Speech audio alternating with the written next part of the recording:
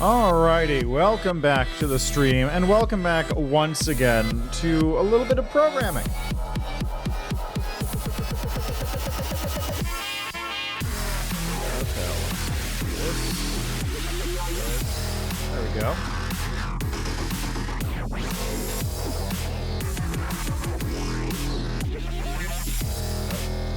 Hold on. I forgot to do some things before I started today. It's not a huge deal. Little bit of stuff I need to just move around. There we go. Alright. So, welcome back once again. Today we're going to be doing more programming work on BlockBall. And this is going to be a very riveting stream. I'm going to be doing a lot of cleanup.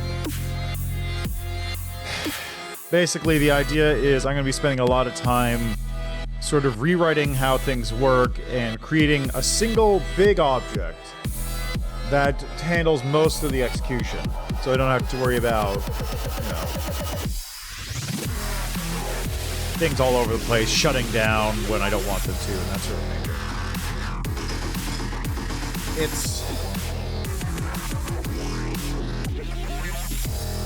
It's going to be a whole thing, and I'm going to break the game at least a couple times. So let's get started. Also, music, as always, being provided by StreamBeats. This is the EDM playlist. I don't remember what that first song was called.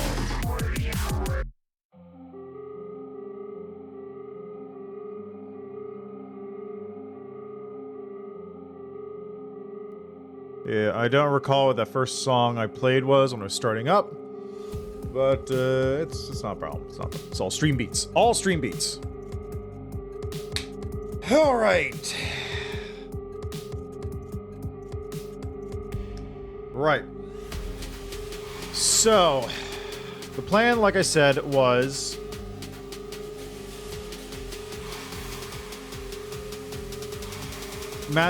make a master control object for each room, which basically covers a lot of the important stuff at once. That'll take care of things like setting up how the room functions, setting up how instances are called, or setting variables up, and that sort of thing. All that stuff will be taken care of by the master control object, which will just spawn everything else as needed. That should help, and it'll also make it much more feasible for me to control things. Now, of course, some things, like the ball collision math and whatever, better left in the ball object, but I really want to just do this because I think it'll help this a little bit. Alright, so creating object. New object. We're gonna actually start on not settings. I think we should probably start with the main menu room, because that's probably one of the simpler rooms. Like the credit room doesn't even. This is nothing. It's literally an empty room that has a single object in it that just shows off what's in it. Main menu is the only one that actually has something going on. So let's rename this. We're going to call this Master Main Menu.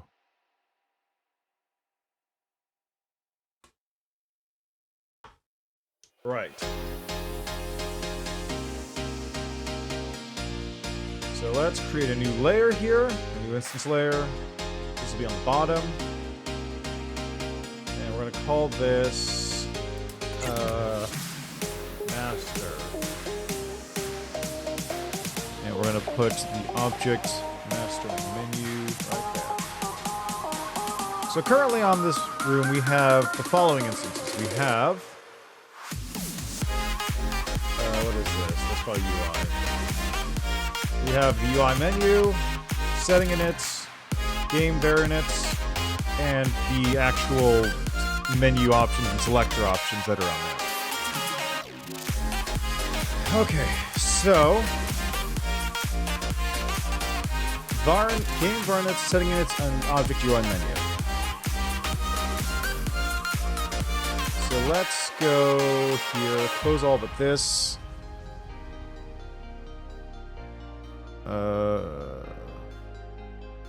It's a game var. Okay, it's game var inits, UI menu, setting inits.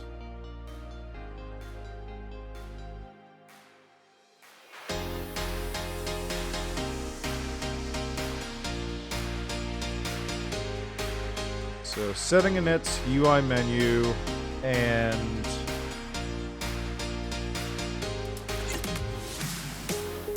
game var inits. Okay.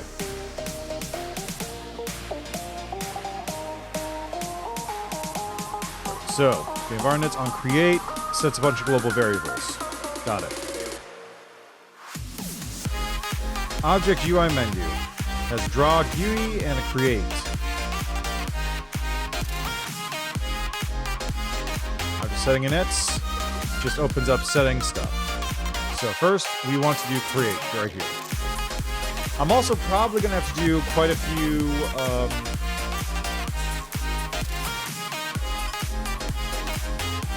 call events, which actually might be a good idea here. So what I'm going to do is I'm going to also create some user events, because I got 15 of these to work with.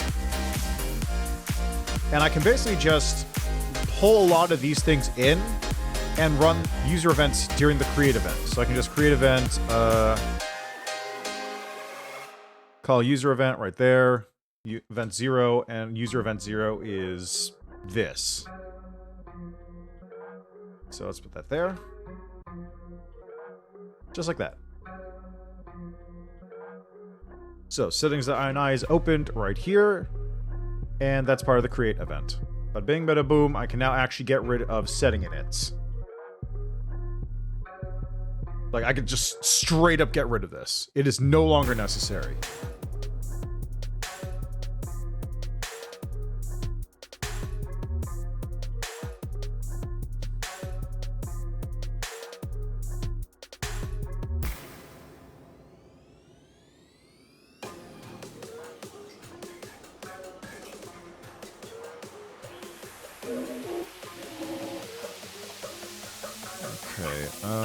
How do I disable this? I guess I can't. What I could do is I could just disable... I could disable everything in here for the moment. And just make sure nothing breaks in that instance. So, call user event 0, and I can just add a little... I can add a little bit of code right here, just on top, which just has... There we go. Settings, initialization. This doesn't need to be anywhere near this large.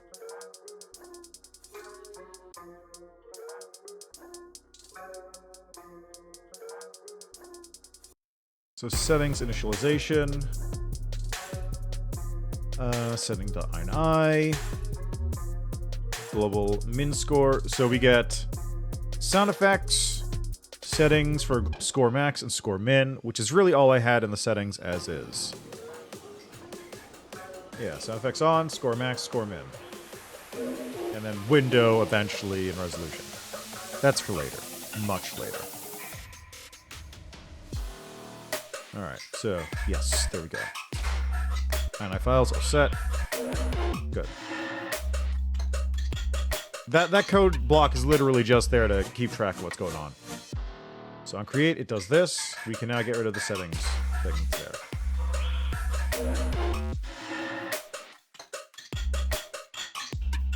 Okay, now for UI. On create event...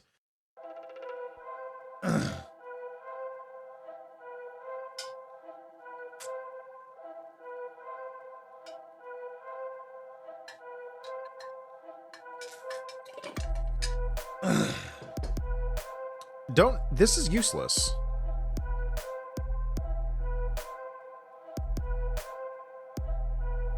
Yeah, this is useless. That is a useless function right there. Like, if I disable this right now...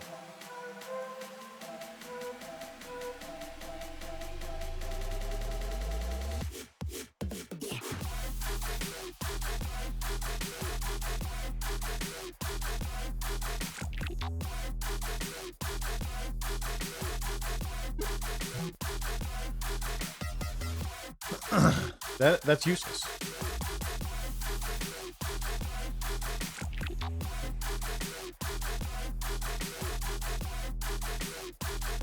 Alright, so I don't need to do this. That one I literally can get rid of. Actually, you know what? Let me get rid of Object UI. It was setting inits, right? Yeah, setting inits I can get rid of. Actually, you know what? Let me create a new folder for this. Create. Is it possible to create a new folder?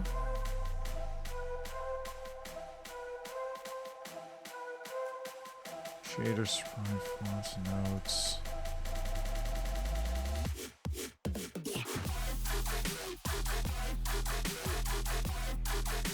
Create group. Ah, there it is. Depreciated. So right now that means I can just move this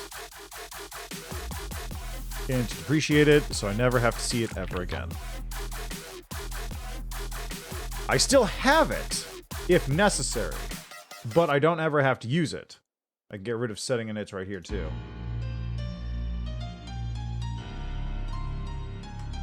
It's gone. That's it. Don't need to do it anymore. That object can be removed. I think the reason I was doing this sort of parceled up is because I didn't know about user events, and it's easier to section things off like this, so that way you don't have different objects interfering with each other. Or rather, you have one object that does one thing, which makes it easier to sort of control that thing if you want to adjust parts. But now that I know how things like disabling instances works or spawning new instances, that's kind of useless, and I can just use user events to effectively replicate the same thing. If I need to split things off into their own instance, that's easy enough to do. Alright, so that's user event 0. User event 0 is now set. So call user event 0. On create. I don't need to do this here. I was doing this because I didn't really know how the GUI stuff worked. That can just go in here instead. Like, straight up and just go right here. I don't need to have it as part of the create event.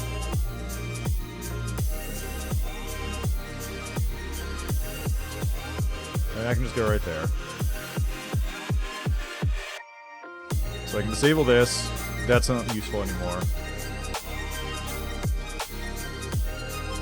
This might actually still be something I have to do, because I don't know if the GUI will draw over that. So let's do a draw GUI right here. There we go. So text alignment, start game, blah, blah, blah, blah. Good, good, good.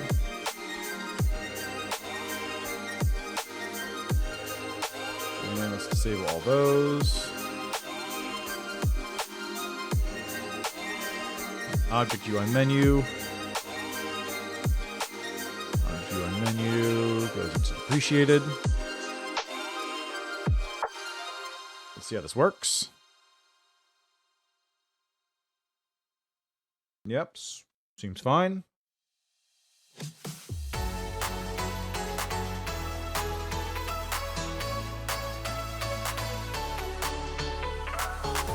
Okay.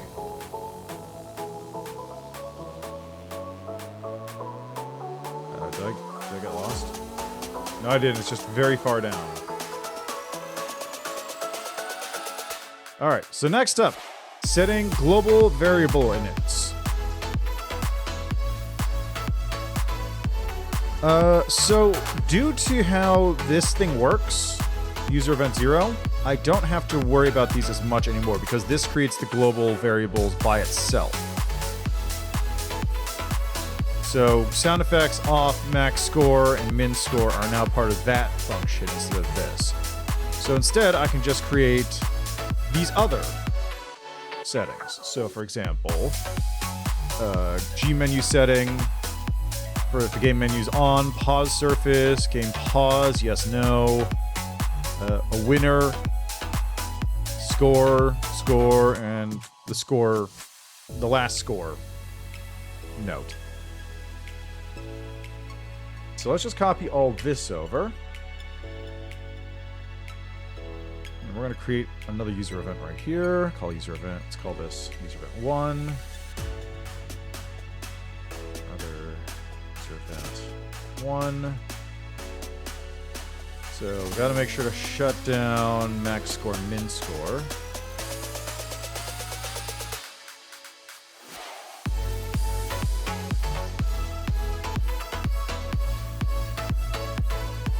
Those are the only two, right? Yeah.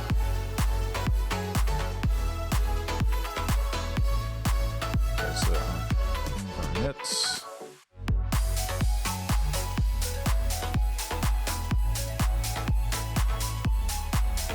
Oh, right, these are still in here, okay.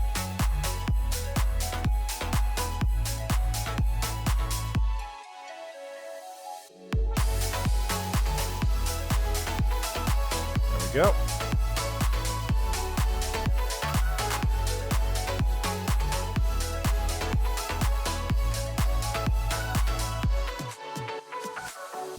Yep, seems fine. Oh, actually, let me check to see if it paused properly.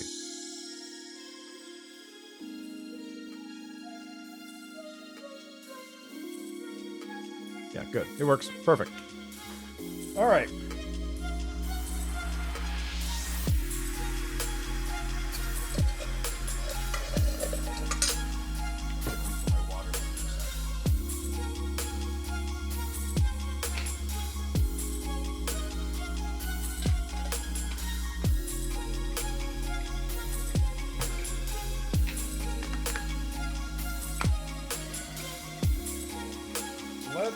Let's go to these two first.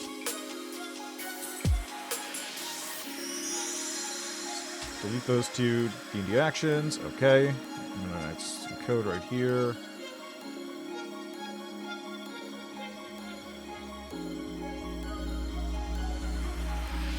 And this is just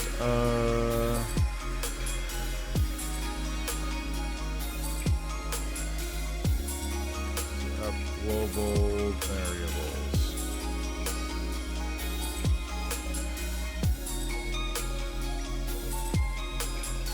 There we go. Nice and easy. So that all that does is it just creates two user events right in the start and then draws the GUI for stuff there. All right, now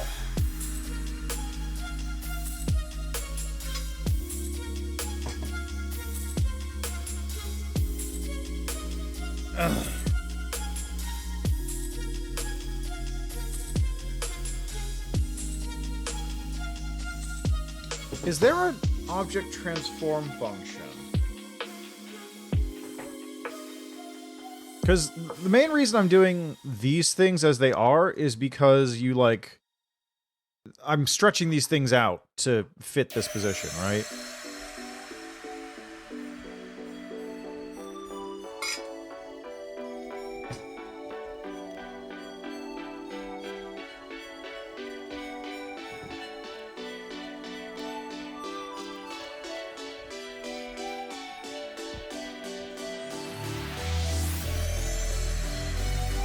So, would this...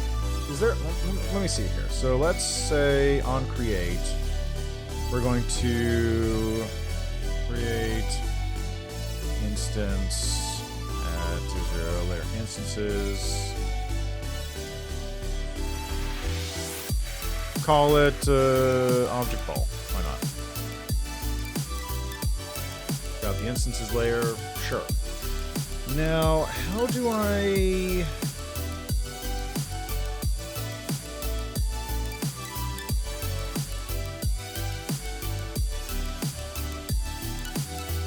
Is it possible to transform?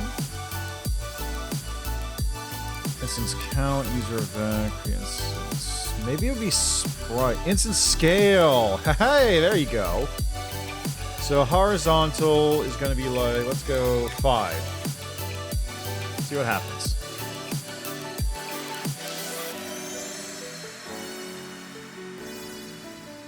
No. How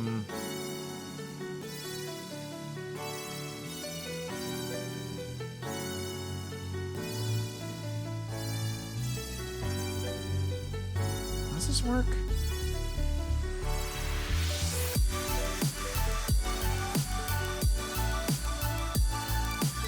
Set sprite. Sprite. Okay, so let's go with test ball. And let's set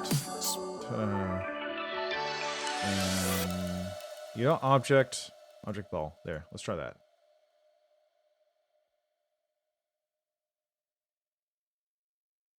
There it goes. Got a long ball now. Long ball. Excellent. So what I actually could do is I could set the scale for all those menu objects and spawn them in with this create event.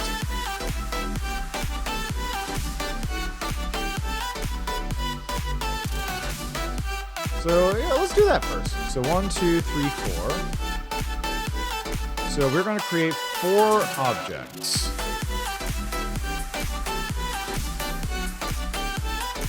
So let's set another user event here.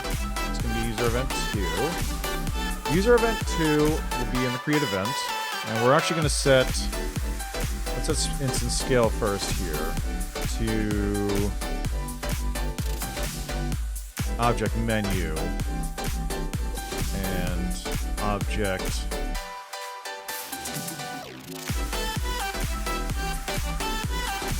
there we go.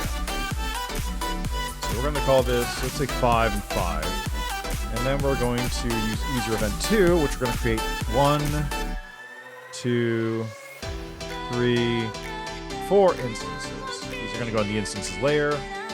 Good. Object, menu, for all of these. Actually, what am I doing? I can just...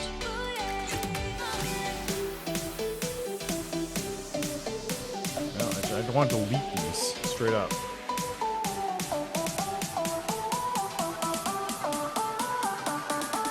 There we go. Object, menu, instances. Okay, so now what do I do this again? I believe I set the target, and I actually want to go to draw GUI to get my names out of this properly.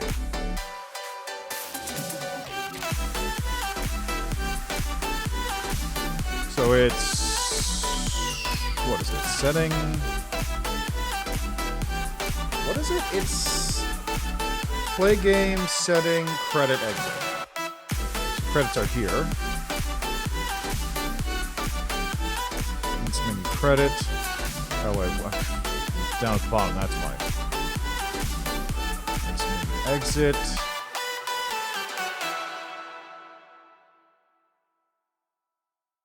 Instant menu settings. And instant menu start. Okay, now let's check. We've got instances, and we're going to disable all 4 of these. Can I? Is it possible? How does... Okay, yeah, that should work. Let's see if this works.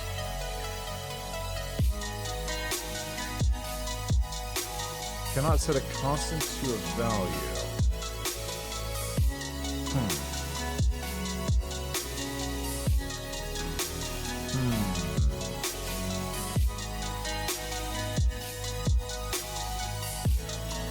X is room, width, divided by 2. Let's go with 200.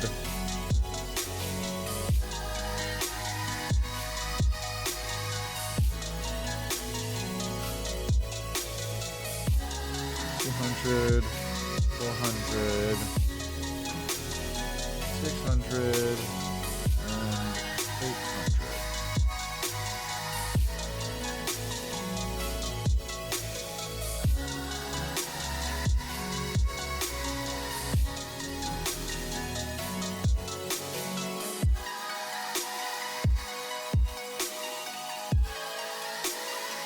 So why does it say cannot set a constant to a value?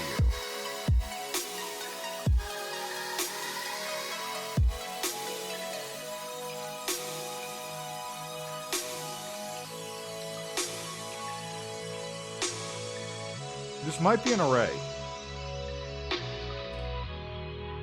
I might have to set this as an array. So if I do this, 3, 4.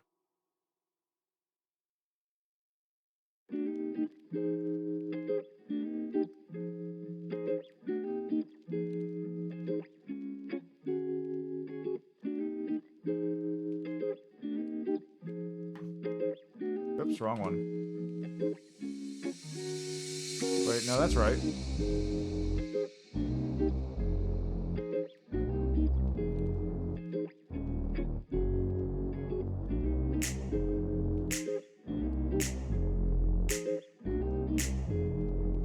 Wait, no.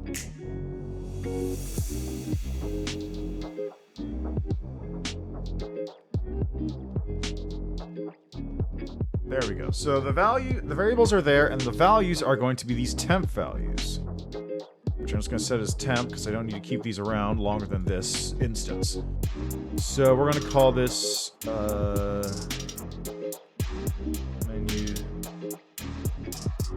start, menu settings. Actually, no. You know what? Let's go start. Settings for main menu. Credit. Exit.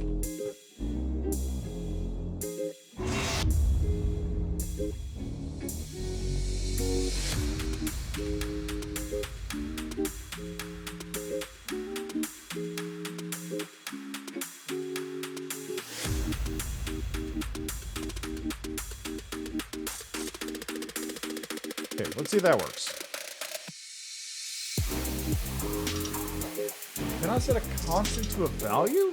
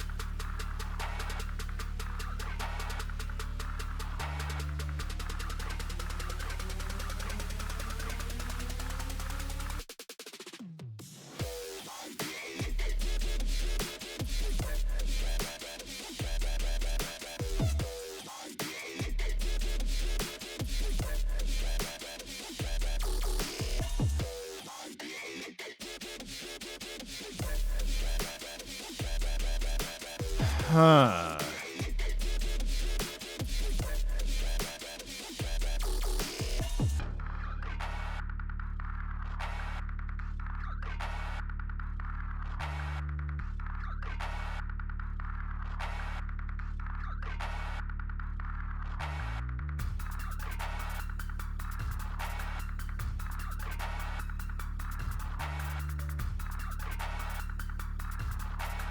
It might actually be because these things are in here, technically. Is there a way to, like, set this thing up so these instances are actually, like, removed, not actually just doing them straight up?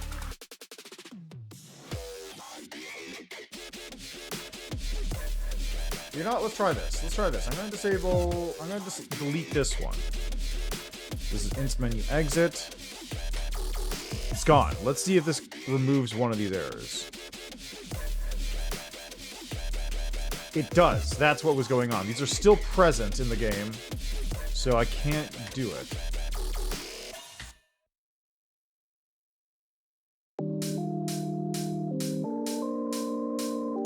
Okay, now we have an error.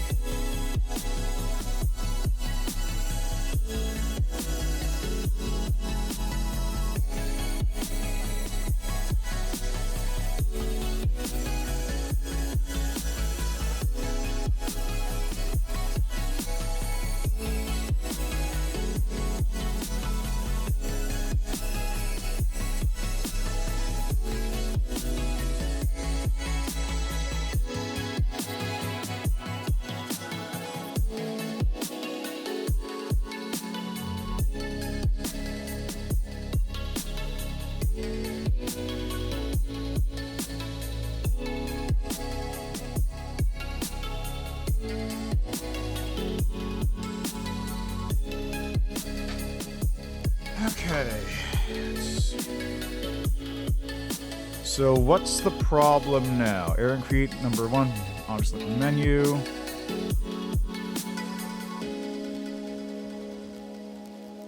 Variable object select menu inst menu start. Not set before reading it.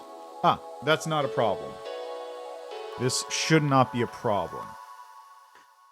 All I have to do, in that case, because the object is getting created before I'm doing anything, let's delete that.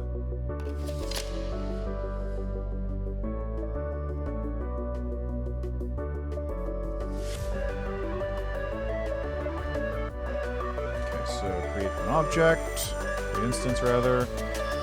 Create object, select the menu.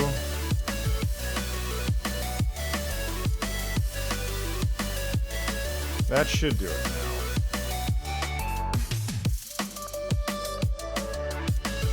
now. No. Object main not set inst menu main.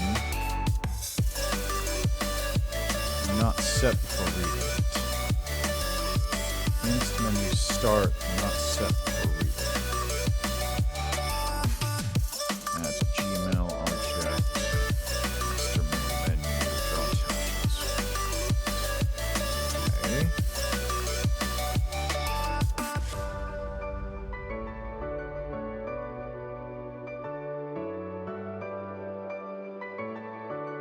Okay, I think I see.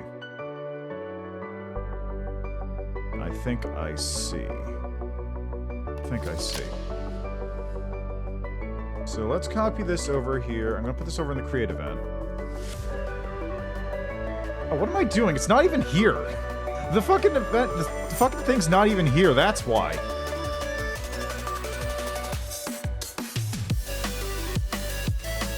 Let's try that now.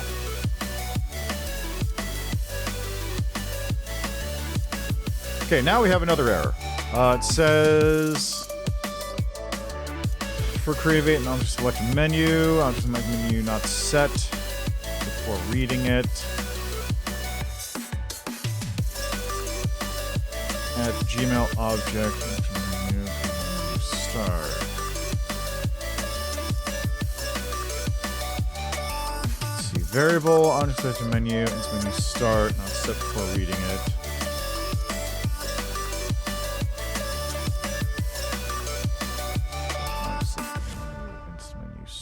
Not set reading it.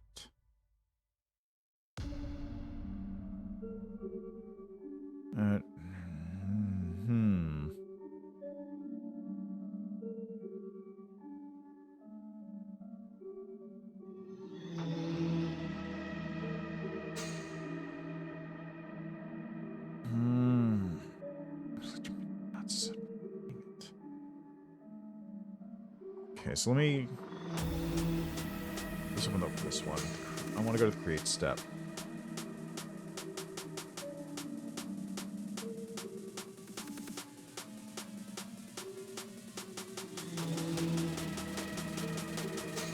Oh, this is why. Because it's calling.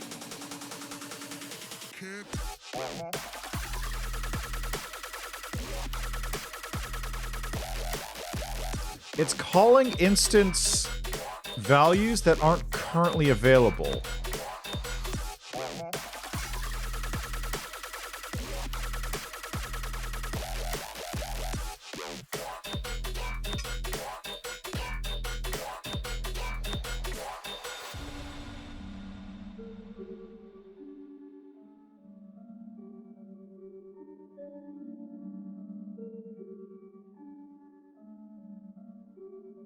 Okay. So what I want to do here then is I want to create the selector. Actually, you know what? Let's disable this for a second. Let's just see if it works without this. Like, does it spawn everything properly without it? Yes, it does. Excellent. I'll have to fix that up because it's currently not set up right, but I can do that right here, I think. Okay, set instance scale, 5 horizontal for object menu. Maybe here? Let's go like this.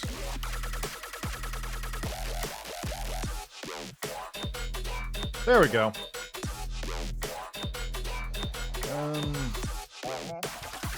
Are those centered? No, they're not.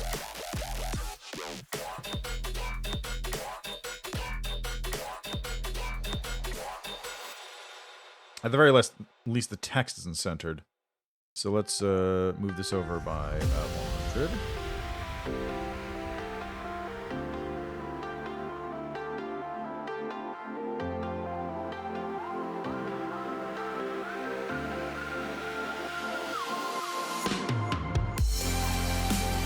$150. Split the difference. 200 just slightly over.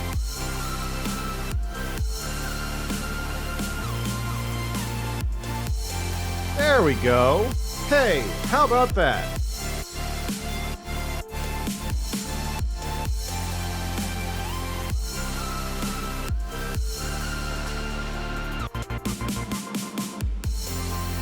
Okay, so this works perfectly fine.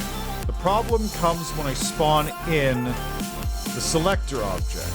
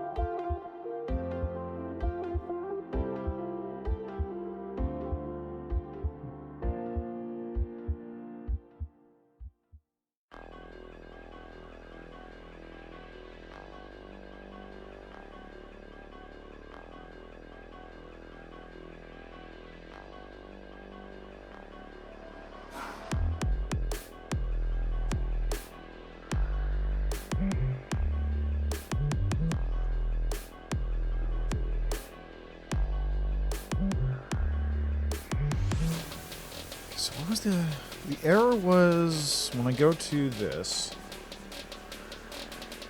Select our menu. The error is part of this thing because this value is non-existent anymore. Can I pull that from the master?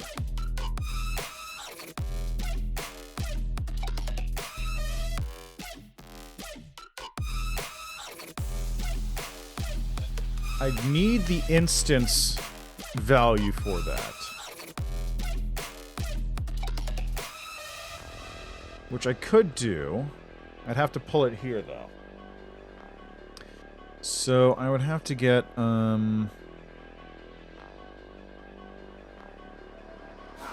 let's see. Call parent event. Check if an instance exists. That's true, false. Get instance count. Instance.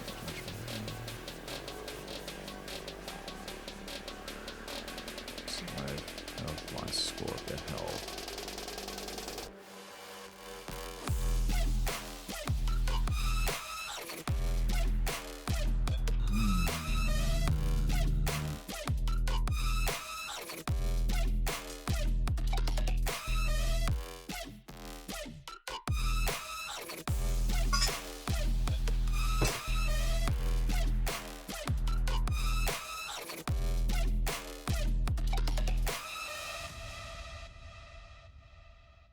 God, what am I doing again? It's nearest? Yeah, nearest.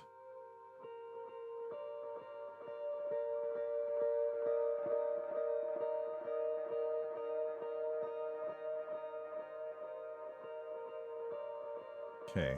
Menu select is instance nearest. Yeah, so I can get the nearest instance for this. Let's go assign variable, and let's go with controller. No, master. Instance nearest x y 0 0 obj. Master, main menu. There you go. So that's master, and I can get these values from there.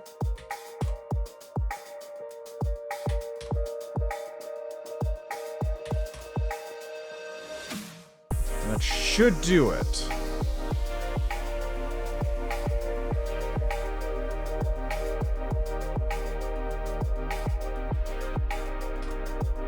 So I'm pulling the instance values from the master thing in order to get these.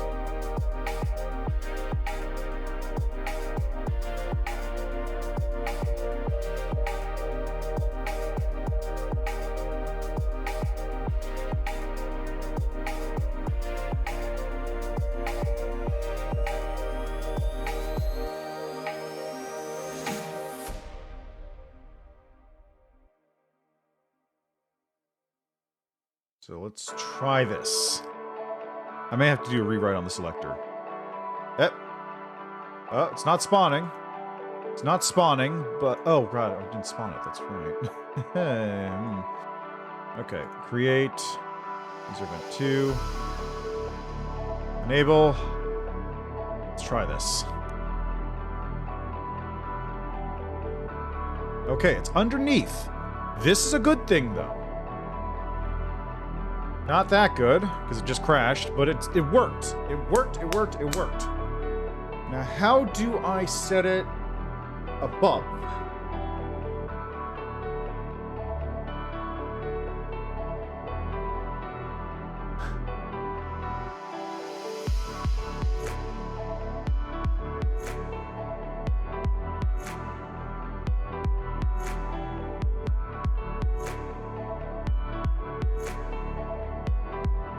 Because this isn't going to work in this instance.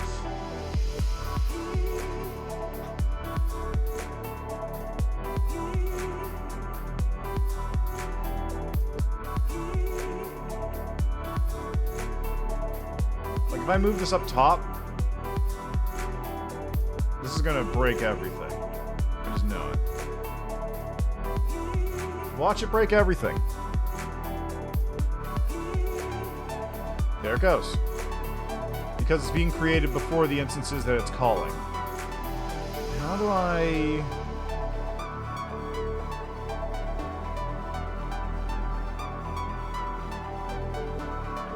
I suppose I can move it to the UI layer. Is that a bad idea? Probably. Let's try it. There we go. Okay. So when I select anything, it breaks. Let me just double check that clicking keys works as well.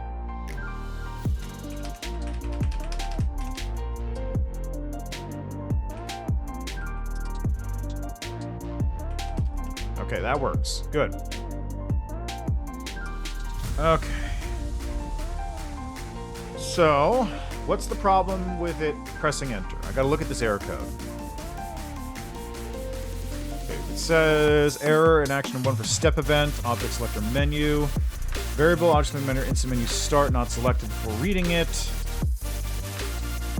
Okay. Ah, I see. I know what the problem is.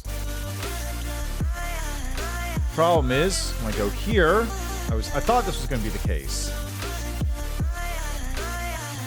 This is not a value that exists. So what I need to do, also I should probably, let me create 2 user events here. User event 0 and user event 1. Also, did I label user event 2? I didn't. So let me just do this real quick. Create main menu objects. So menu objects have to spawn first. Selector object has to spawn. There. Just a little note to myself for future me to deal with.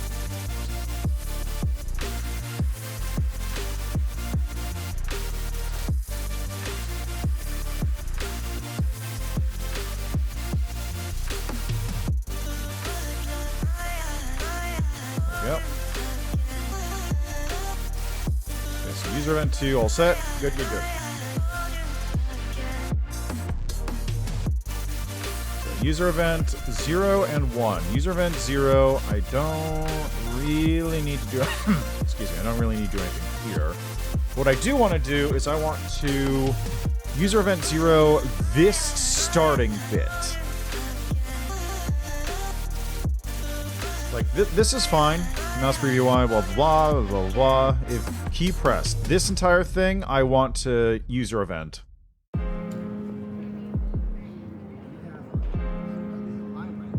Because this is a lot. So let's cut that user event 0.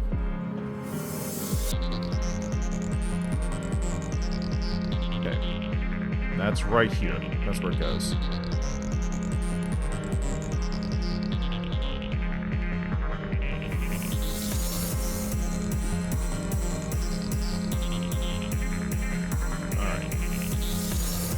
So key press down, assign variable I plus 1, it's equal to 4, it goes to 0, menu selected, it becomes menu I. Very good. Key up, I minus 1, variable I, negative 1, goes to 3, menu selected, menu I. Good. All those are fine.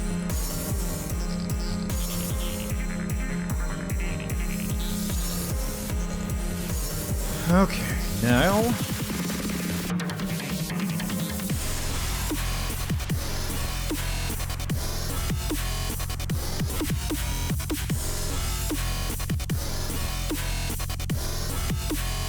So I want to put another user event here. User event 1.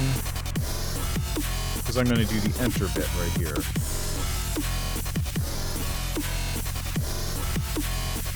So this is just going to take care of, like, any entry stuff is going to go right here.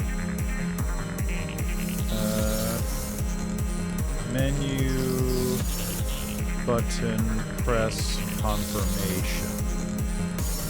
So this would be like if I ever want to change what buttons you have in order to enter, or if you want to change, if I want to change like if I want to add controllers, for example, this is where I'd put the code for that.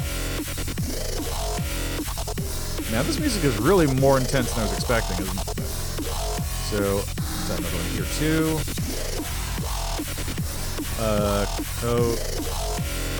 Control selected menu item when scrolling.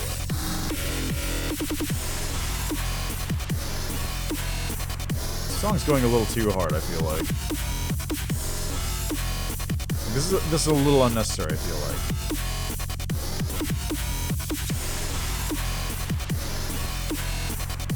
There we go. I wish there was a better way to add these notes. Like you can't add like a little note. It has to be a code block like this, which is a little irritating. It's not a huge problem, but it's just like, it's kind of a pain. Okay. So those are now there to help sort of clean things up a little bit. This can stay. This is just very simple. If the mouse is moved, if the mouse previous Y is not equal to the current mouse value of Y, then menu selected goes to the nearest instance for this. And then you assign the previous Y to the current Y. So just it changes if the thing moves. So send as Y, call user event 0 is this nonsense where it just tracks if you push up or down. Call user event 0, jump to point, menu selected X, menu selected Y, call user event, which is if the mouse gets pressed, do this, or if enter is pressed, do that. If enter is equal to 1, assign enter equal to 0. If the variable for the menu selected is equal to this, go to room game. If it's this, go to settings. Which actually I can get rid of this. I don't need the previous room setting anymore. That is unnecessary. If it's this, go to credits. If it's this, exit.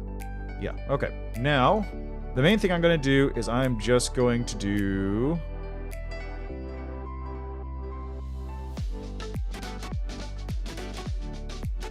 master, let's menu start. Yeah, I'm just going to copy this.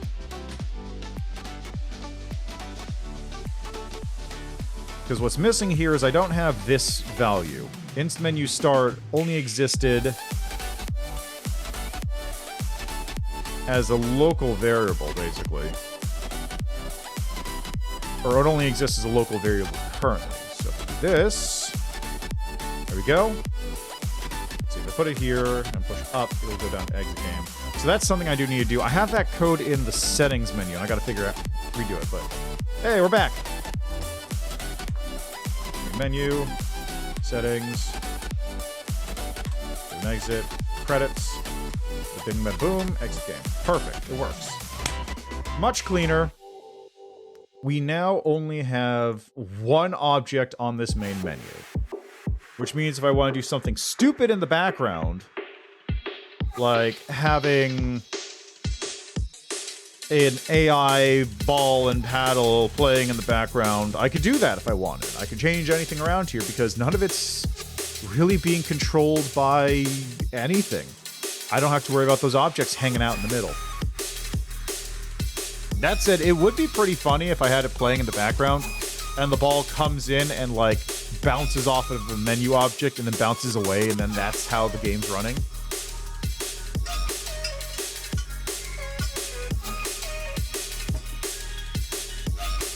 That would be pretty funny.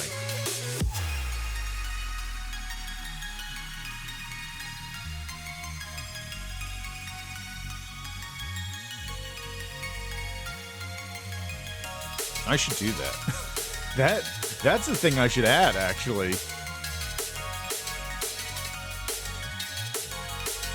I'd probably just add that to... I don't even know where I'd add that. I guess I'd add that to the ball object.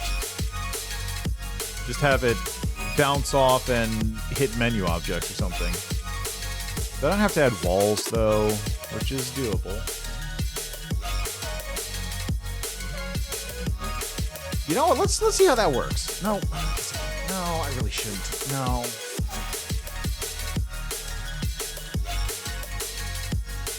No, okay. Let's do that later. Let's do that. We'll do that later. Okay, so object UI settings. No, I want selector settings. That's the one I wanted. Okay, so I think, yeah, I had a user event here. So this gets global variables, yeah, whatever. The max temp is equal to 1, assign variable j to 0, equal to 5, variable j to 1. Oh, right, because I just did a bunch of manual checks. Like, I just did a bunch of manual checks here that assigned whatever the starting value is to whatever currently is. That's all I did there.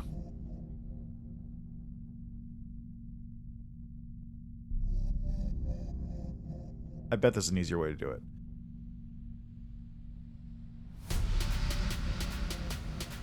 So here's, let's go back to that, right? So we're gonna go to selector. Yeah, this is fine.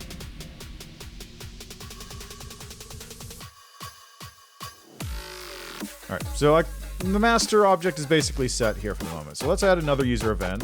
We're gonna set user event 2. Did I label these ones? Yeah, I did. Okay, good. So user event 2. Here's what we're gonna do. Actually, hold on a second. I'll be right back.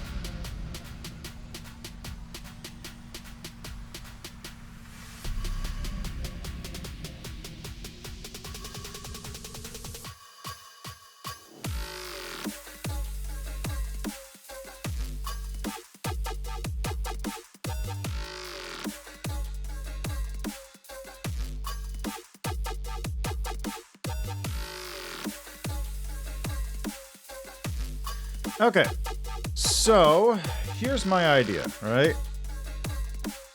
What I can do is I can just take this, do if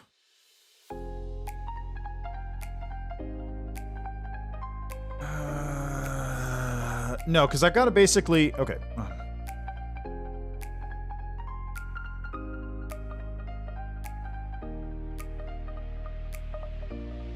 Okay, hold on. So if... What would it be? It would be if...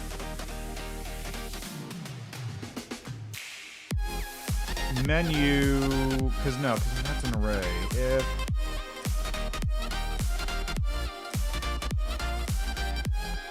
Okay, so I want to get menu selected. So... Menu selected. This is just going to be like this. Is just be a manual check again.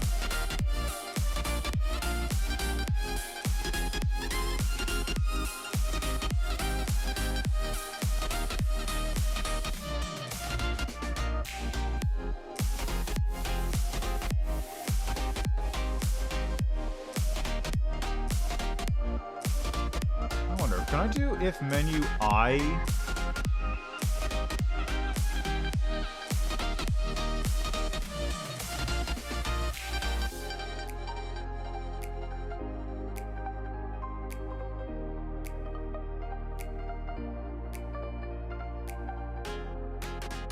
That work?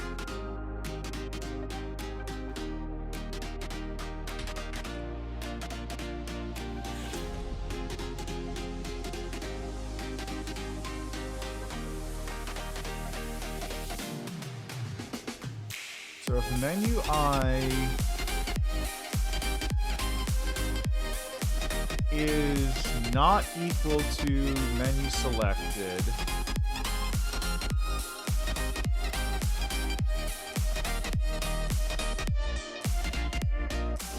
then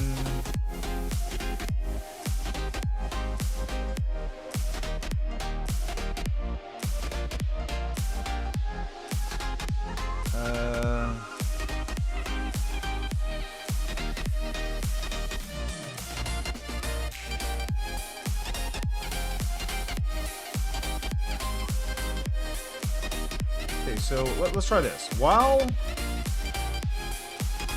menu I is not equal to menu selected,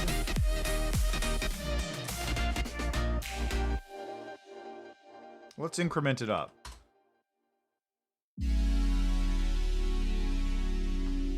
I becomes I plus 1.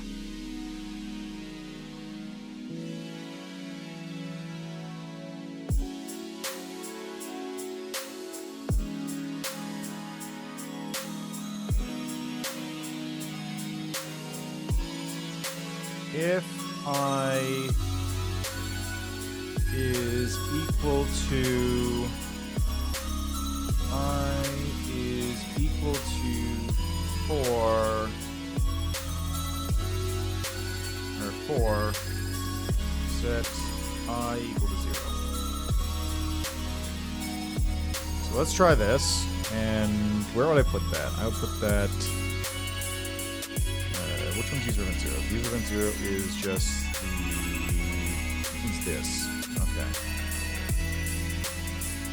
Actually, so I put it there in that case. I put it before user event 0. Let's call it user event 2. Okay. Let's try this. Okay, so it's currently on credits. If I push down, yes!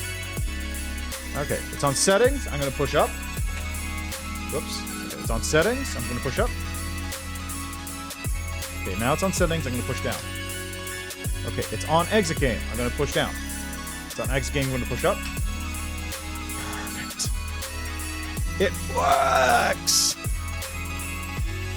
Nice and easy, too. Just a while loop. And it worked. It worked. It worked perfectly. Yeah! I'm so happy. It's been a while since I did something like this that worked perfectly the first time I did it. Okay, so this is just sets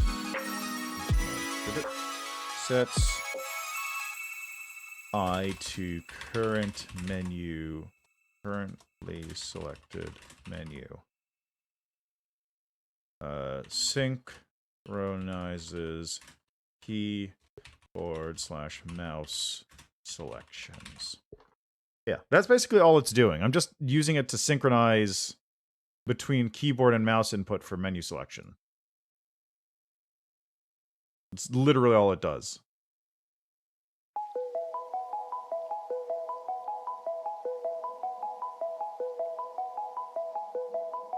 There we go. That's exciting. That's actually quite fun. I like that. That's good. And best part, I can now just copy that over to any menu I want.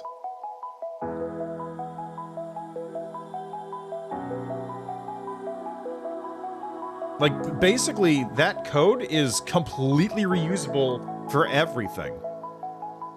Which makes it way easier to work with. Yeah, look at that. Look at this. Yeah. Oh, it's so nice. I was pushing right and left. All right. Excellent. Very, very good.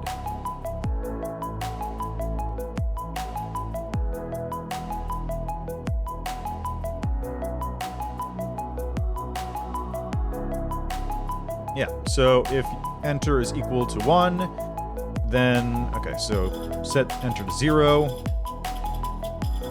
If menu selected is equal to start, you go to the room game. I can't like automate these ones because these ones have individual specific changes that get made. But apart from that, I think I basically cleaned up the main menu. That's literally everything that was here. The only instances that appear are...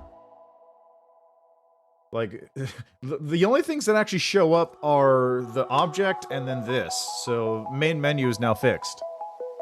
It is incredibly clean now. There's one object which controls everything, spawns the other objects as needed. Yeah, look at that. Okay. So, Object Master main menu, set.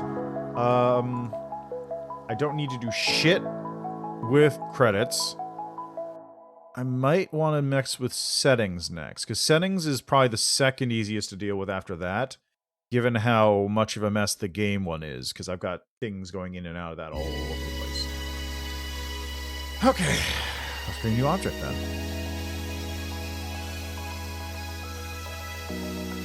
So we're going to call this Object Master Settings. Now, in the settings room, we have these objects, which that's not a problem. Those are just going to get popped out eventually. And UI.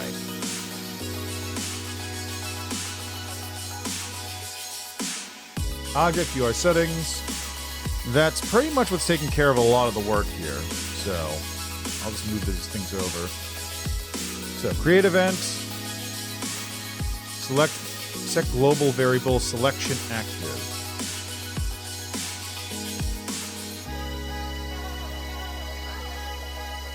Again, I don't need to do this anymore. Like, this one never needed to do. This one always can go here.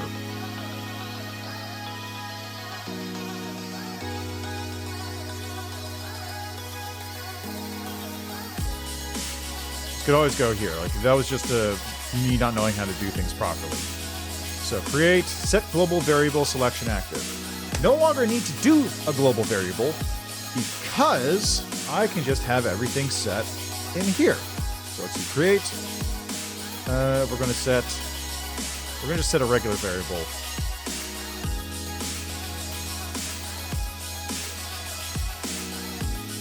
And we can do this true. But it's going to be set false by default, because there's no selection active. So I don't need to do anything there, as it were.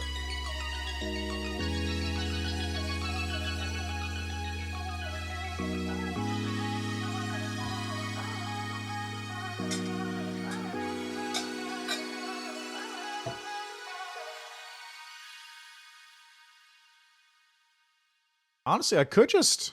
if I really wanted to, I could even make the selector objects in, like, half of the code of the selector object could probably get moved into the controller object. Because, let's see here, right? I'll be back to this in a second, but let's go back to the main menu and selector menu, right? So on create, these things are here.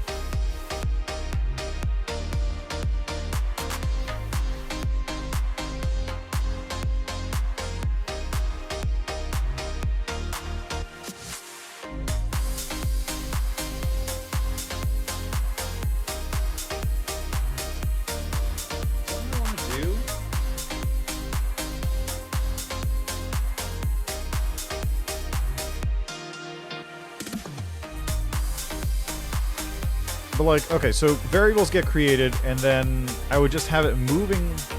It's moving itself.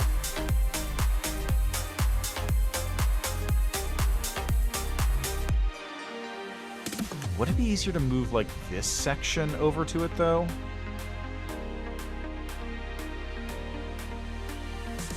Like, basically, take all this stuff out. From maybe the... Can I use this one? Yeah, so like this part and these parts here, just move it out and then take a menu selected object which would be pulled into the master object. I mean, there's no point to it because it's really about the same, and this one is slightly, it's less work. So I'm trying to wonder if, like, it would be easier if I just took the step event on this thing and just pulled all that information out of the selector object and put it here instead. So the selector object literally only exists to just move around and be in the position to be selected. Because user event 0 is... This is basically just positioning. This is entry, which is... I can just move that wherever I want. And then this is positioning as well.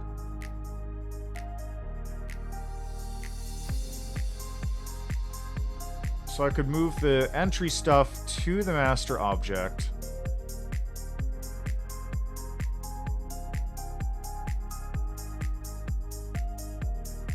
Yeah, so I could move the entry stuff to the master object, have enter, do the enter stuff there, and then if ob selector or int selector, whatever, dot menu selected is equal to inst menu whatever,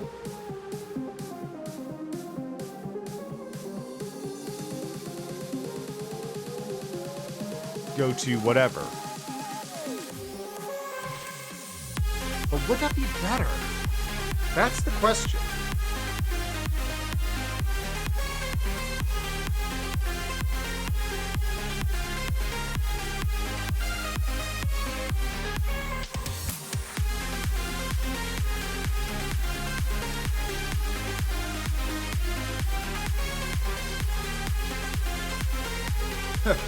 There's one thing I could do if I did that.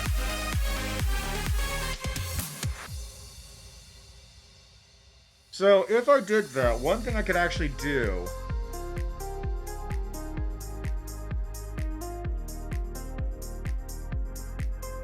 is I could split all of this off into different rooms, maybe.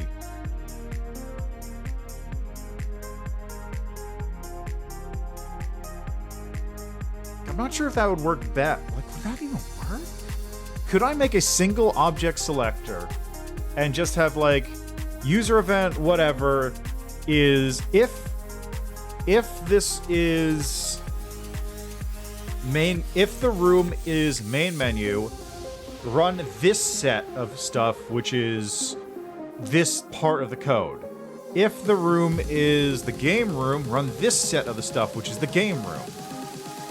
Instead of having 4 different selectors.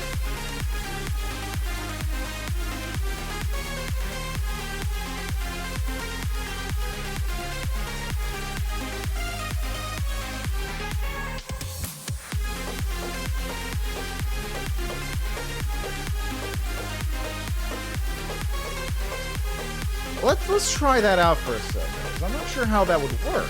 Or if it does work, period. So first things first, I guess. We're gonna take this back a little bit. I'll get back to you later.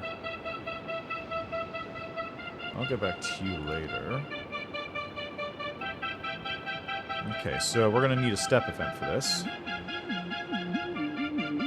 Okay, so on step, we can just bring... See, these are all movement. So mouse preview Y, yep. Select it, okay.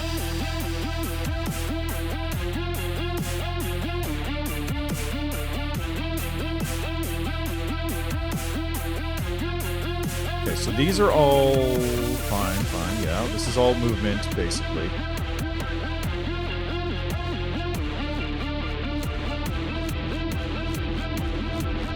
Okay, you know what? Let me go over here in that case, because I gotta get to this create event here.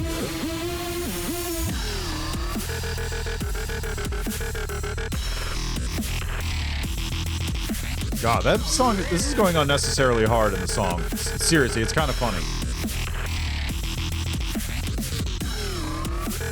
Okay, object set the menu, hi, let's call this select and assign a variable select to inst menu selector.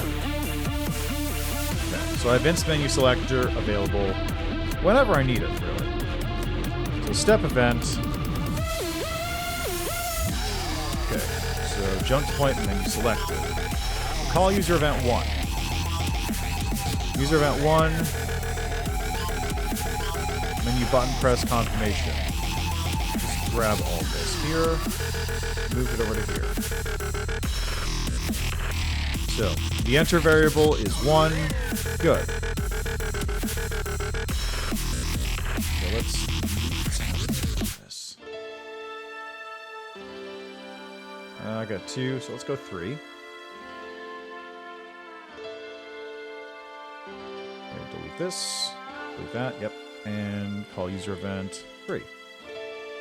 3. Okay, now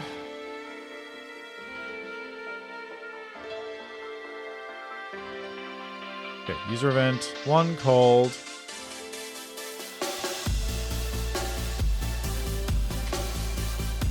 okay, so if the variable so this user event 3 creates the enter variable. That works fine. If enter is 1, assign variable enter to 0, variable menu selected. Ah, okay, so I would go what did I call it? It was inst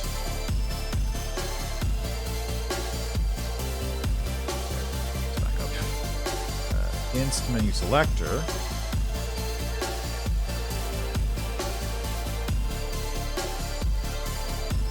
If inst menu selector menu selected is equal to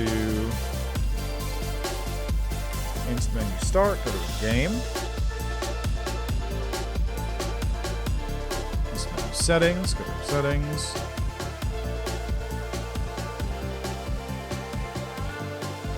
Credit.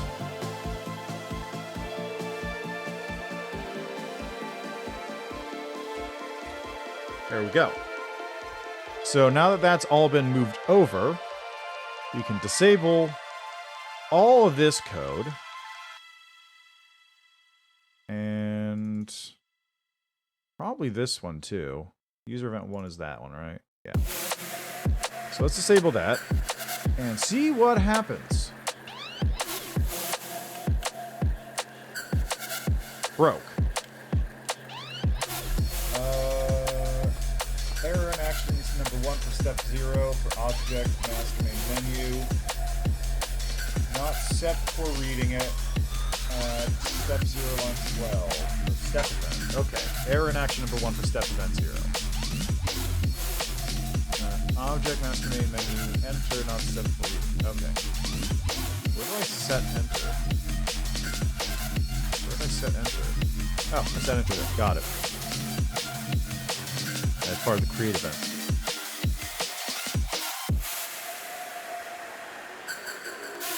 Did I set 0? Okay, that was settings, global variables. So I can just set right here, enter 0. There we go. This would be true, wouldn't it? Because I set enter to true on this. I really shouldn't have bothered, but whatever.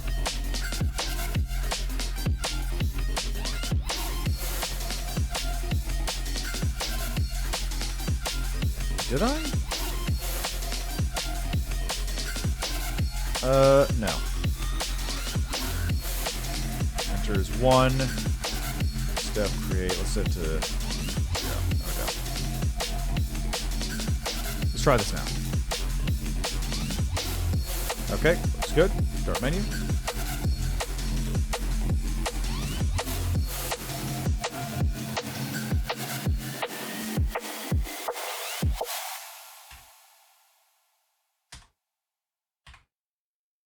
Okay, there we go. Hey, look at that. It's all set. So it does actually work. All the heavy lifting is now being done on the step event of this master object. So create event 3 calls in this enter thing.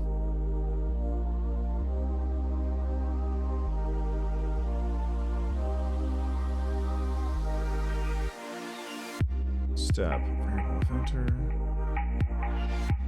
That's weird. Why is it getting...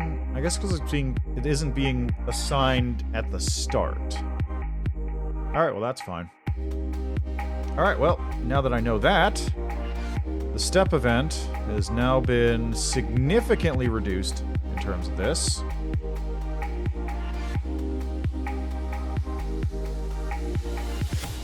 Let's delete all that. Basically, this now exists to keep track of everything there, and I can... That's the enter, so I can delete this event. And... Let's take this, make this into... Just for my own sanity, make this into user event 1.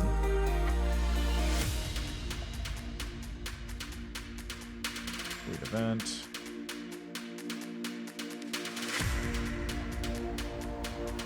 There.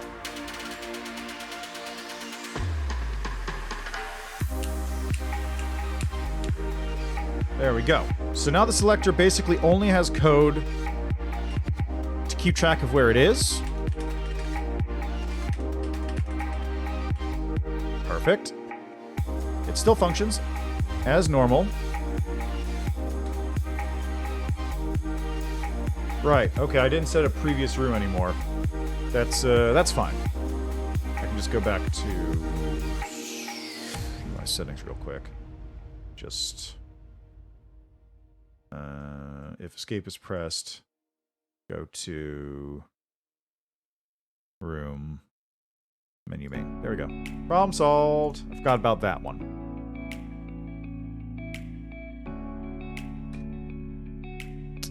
Eh.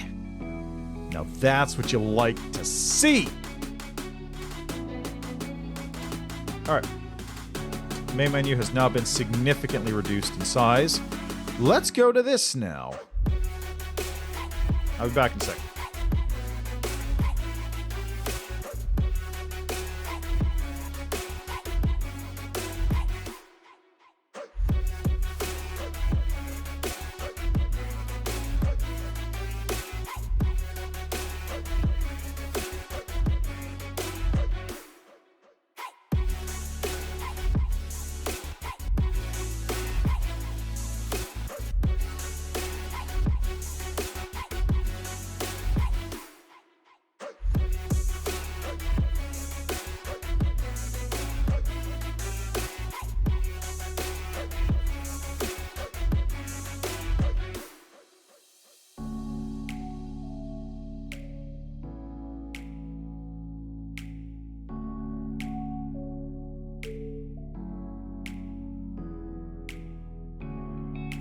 Okay, now I'm not going to delete this one or change it around much more than this, because this is pretty much all I needed it to do. What I am going to do, however, is I'm going to duplicate it. Let's go with Object Selector. I'm just going to call it Object Selector, because this is hopefully going to replace all the other ones. So I can close Object Selector menu for now. Right. Don't need to touch this or user event 0. Step.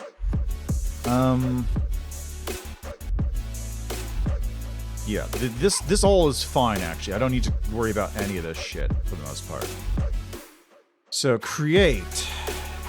On the create step, we are going to create a new user event. User event 2. And we're just going to load all this into here.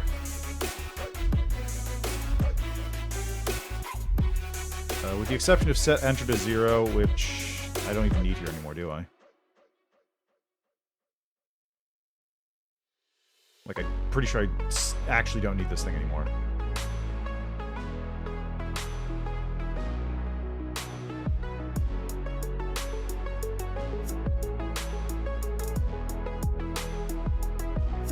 Yeah, okay, fair enough.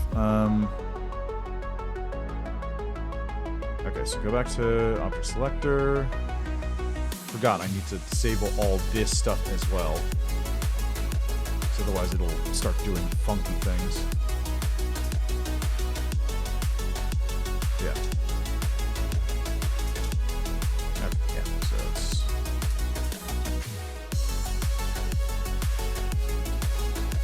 Selector, just get rid of that. Just straight up, just get rid of it. Just get rid of it. Don't need it. Period. Okay, so do I need... Okay, do I still need this? Yes. Because it needs to have a starting point. If it doesn't have a starting point, then I can't do anything.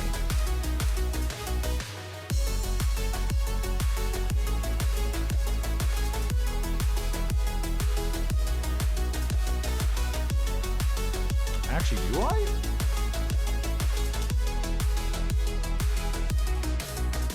I could just do instance nearest for this.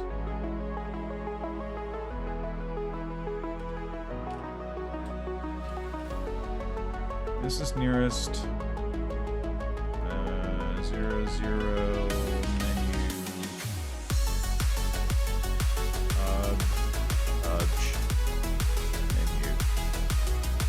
So I just take me to the nearest object to 0, 0, which is going to be the start. Which, there we go, problem solved.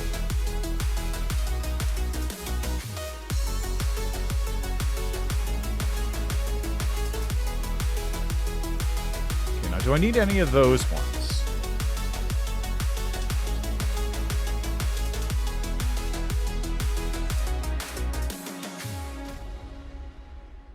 This one just loops I around, so I don't need to care about that. That's basically just working with a variable. This one...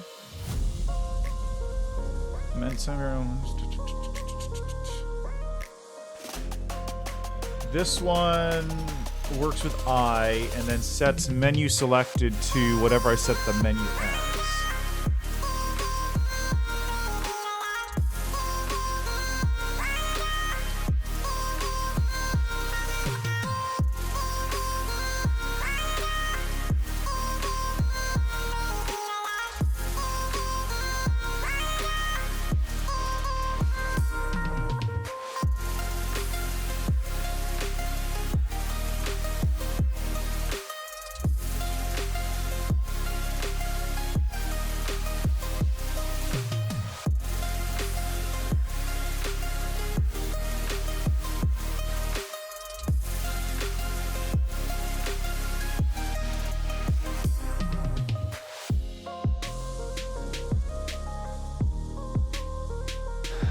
Do I need these?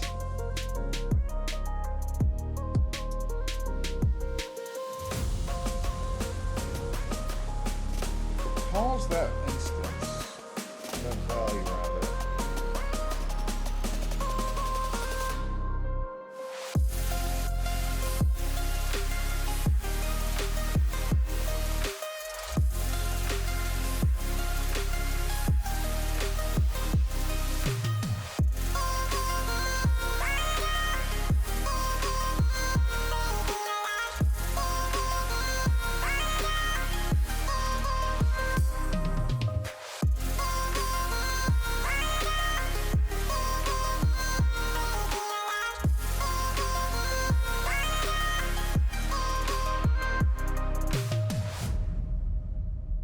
I think I do need it.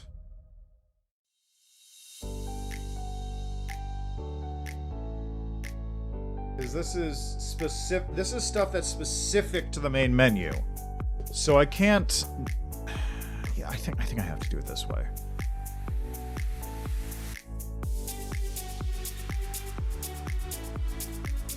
I could probably assign it to M instead of I or something. I'm just kind of using I out of habit.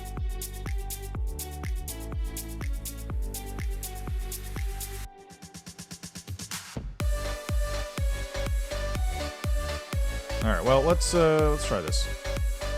Really quick, we're gonna load it up, see if it works.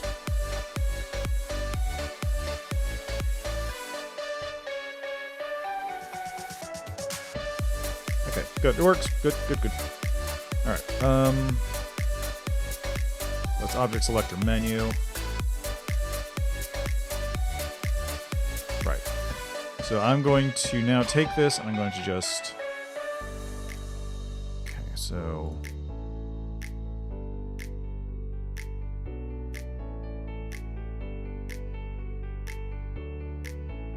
Delete this straight out.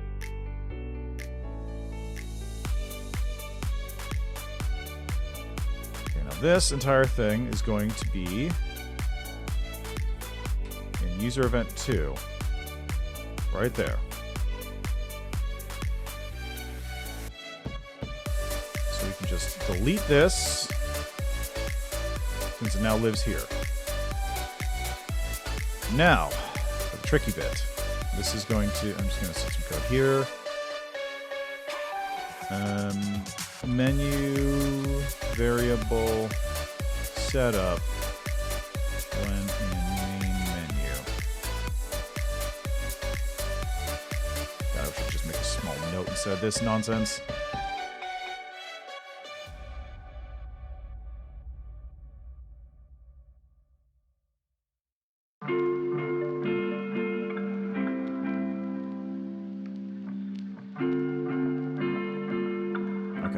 So, create, call user event 2. But, that's going to be sitting underneath an if.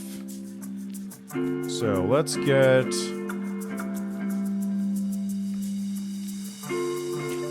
current room.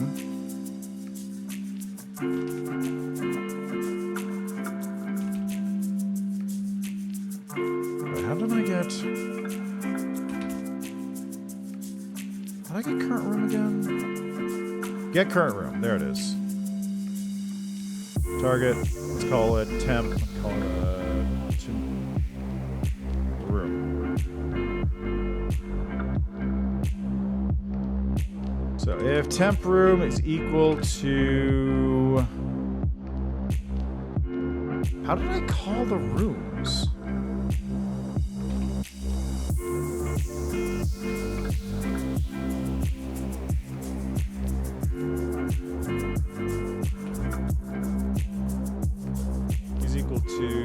Room main menu, call user event 2, which does all this setup.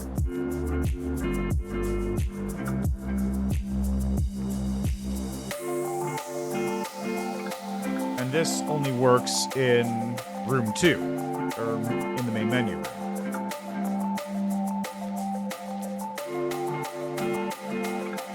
So let's see what happens. I'm going to go to... So I'm going to go to room menu, this thing here first. I'm going to disable this, all of that. All that's just going to get disabled for a minute. This can all be disabled. It doesn't really matter. This thing's not going to... If it's not functioning, it's not going to be there. Okay, in the master, instead of calling that... this is the global variables. It is going to call object selector. Just regular object selector. I'm going to see what happens. Okay, good. Good. It works. It's just not the right size because the object thing wasn't set properly. Now, which one's this? Yeah, this one. Object selector, set to that. There we go.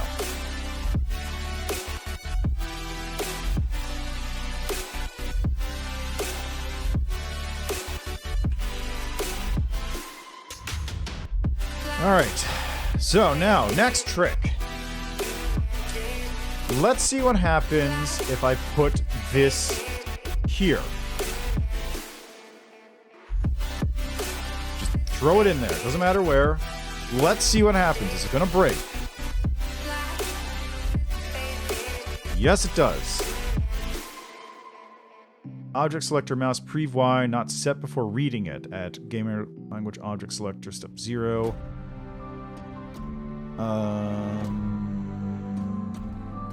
That's odd.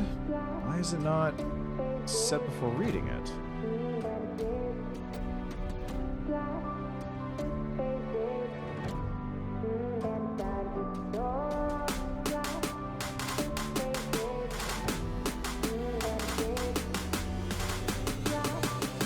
Oh, wait, because it's in here. It works? Maybe. Actually, you know what I mean? Let's go. If variable...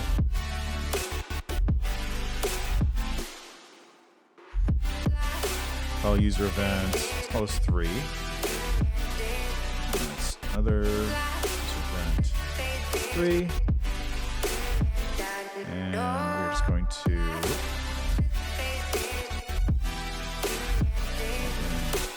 Settings. Menu. Because there's a difference between settings menu and settings game. Okay, so user event 2. Let's grab assigned variable here. Mouse previous Y is 0. This all can just get dealt with later. Let's try that again.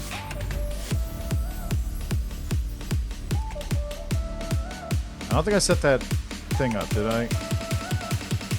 Yeah, I didn't. Room settings. There we go. Let's try this. Ready? No.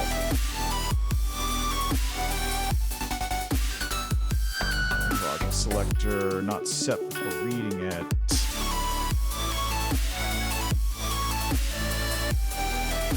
Ah, yes, that's right. Because none of this stuff is actually getting pulled in right now, is it? Mouse previous one, mouse one. Okay, call user event. Right. So let's actually do this. I don't need to do this one anymore. I think that's a fair. Selector settings. So on the create step, we've got assigning variables. Which, this is the thing I mostly wanted to do with when I created the master for this, so I could set a temporary value and just have things work properly based on that.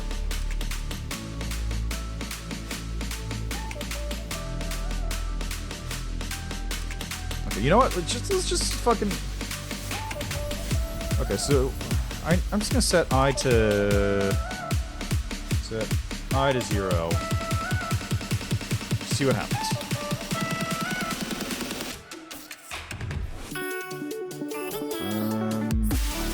Object selector not set. Selector.menu not set before reading it. See, the main reason I'm doing this is because I don't want to go through all this trouble and then find out it just doesn't work.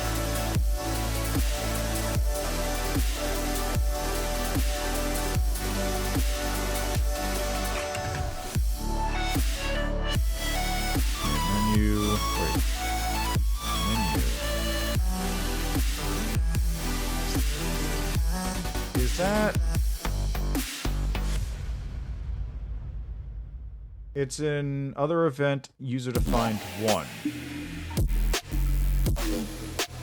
User event 1 is this one. Right, so menu has not been set. Nor has menu selected.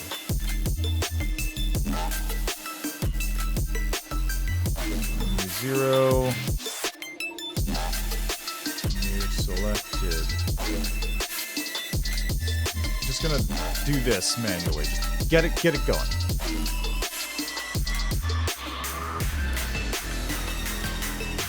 It seems like it's not calling the thing, which is good. That's a good start. Okay, you know what? Let's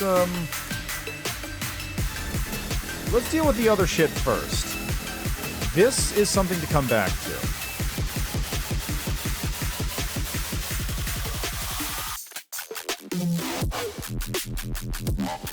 Okay, so I want UI settings and selector settings. Those are the two I care about at the moment. Everything else is kind of just there. It's object UI settings, selector settings, and just background. Solid colors or whatever.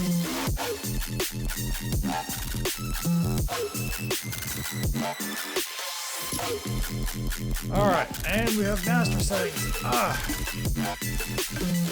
Okay.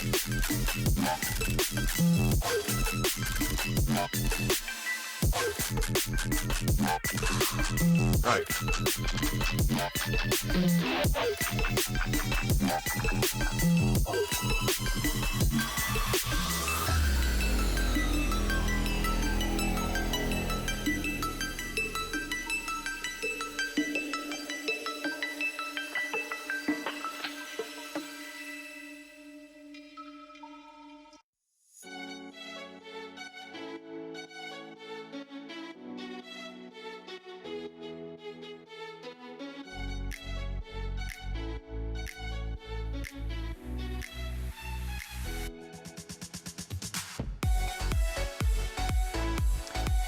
All right, hold on. I'm gonna close everything.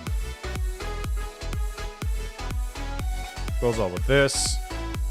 Object, UI settings. Just work with this for now. Just this one. Just this one.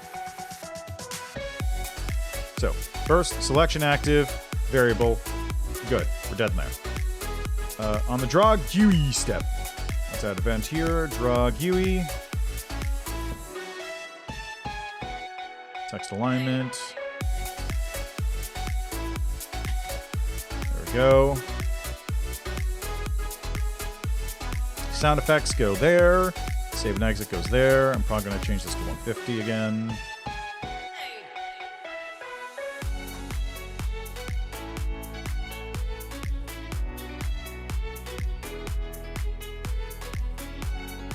$50. 150. Max score. Why did I say that? Oh, right. I think I know why. That's probably fine. So if variable close on effects is off, is true, we set to off, else set true on to on. Okay, good. So now create.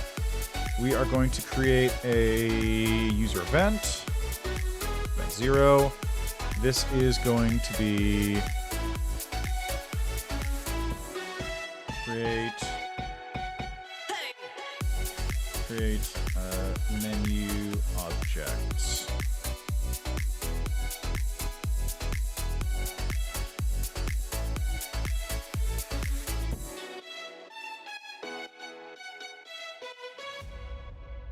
All right, so we are going to create one menu object menu. Let's go room width 5x3. Let's go. Let's say. So that way it's kind of on the left third. Y will be 200. That'll be on the instances layer. Yeah, okay.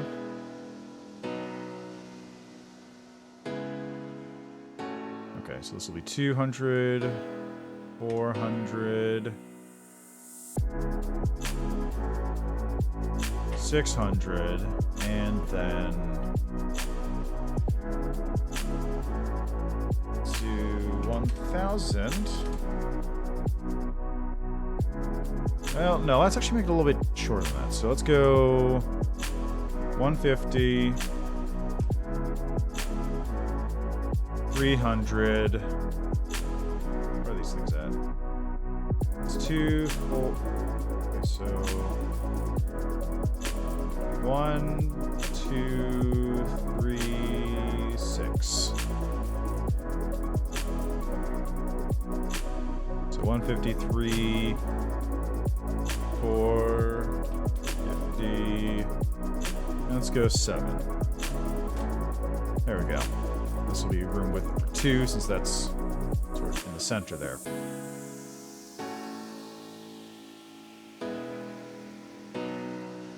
Okay. 53, 450. So that looks good.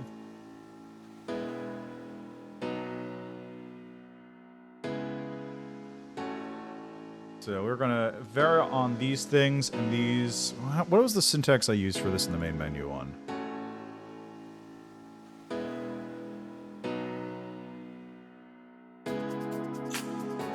Variables.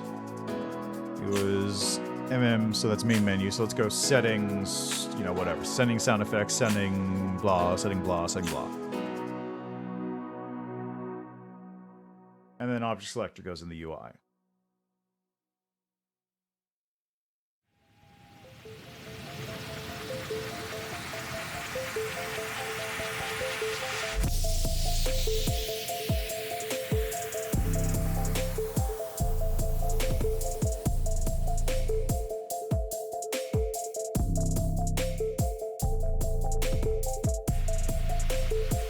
So is it just... Okay, so it's maxed save and exit, sound effects, inst setting sound effects,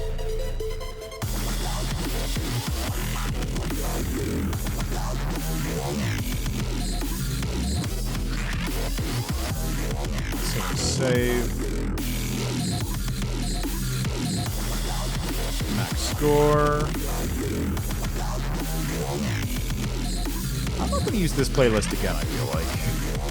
I don't think I'm going to do this one again.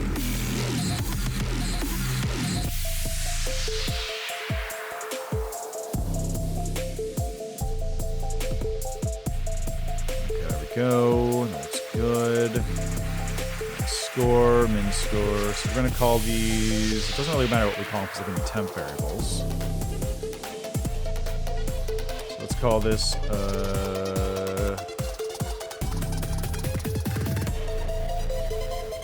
setting sound effects.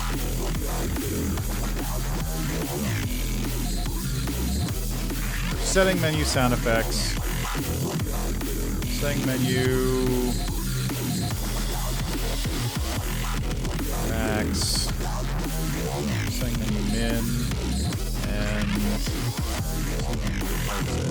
Smexit.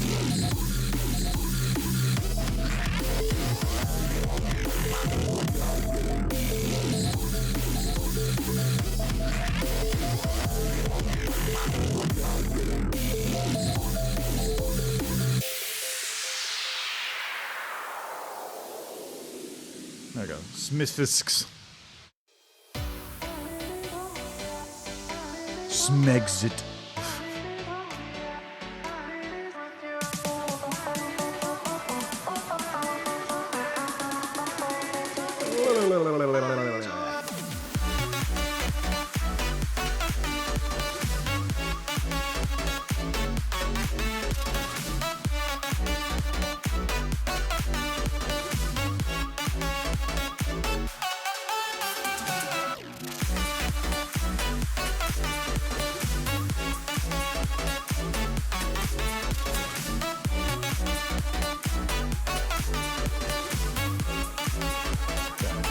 Layer. I think I called it master in the other one, right? Yeah, call it master.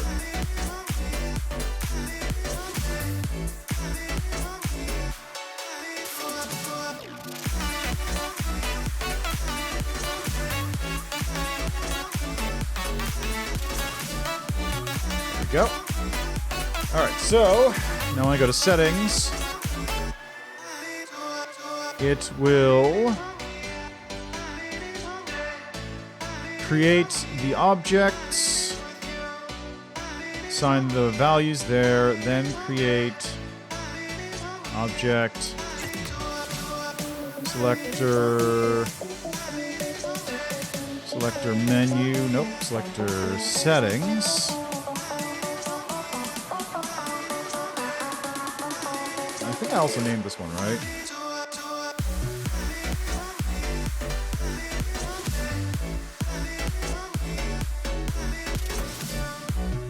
Yeah, M select. So this would be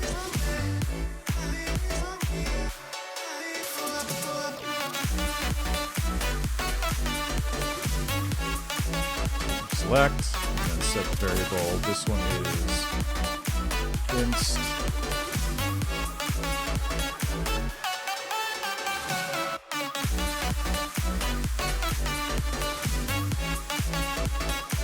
I don't really do menu selector. So let's go in, yeah, it's the setting selector. That should be fine.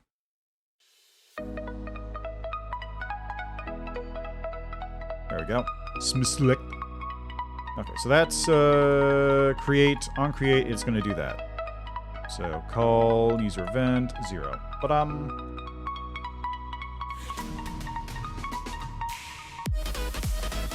So that's something it'll do there. Right, now back to this nonsense. So the GUI step is basically done. I can get rid of this thing. Just disable all that. On the create event, this is also done. Just disable that. And then on step event, let's create another user event for this one too. This is kind of its own thing.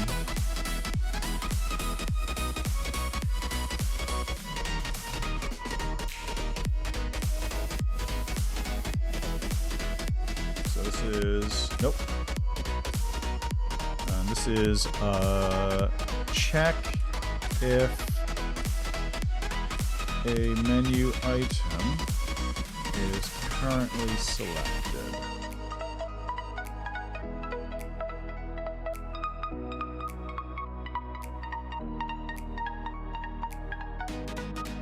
There we go. Check if menu item is currently selected, which is what this basically is.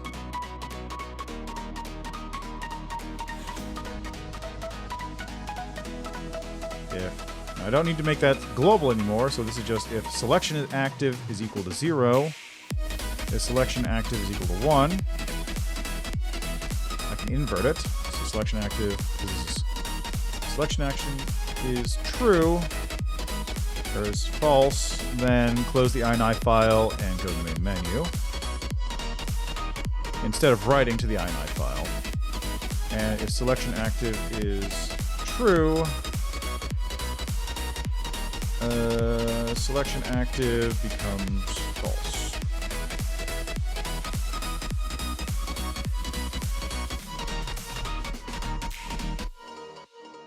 There we go.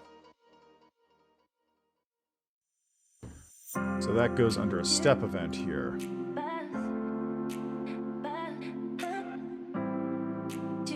I'll user event 1.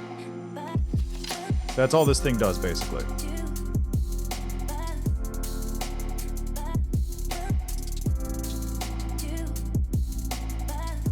And nice thing is, I can even set this so that when I run it, when I press enter on the selector, it'll just go right to here instead.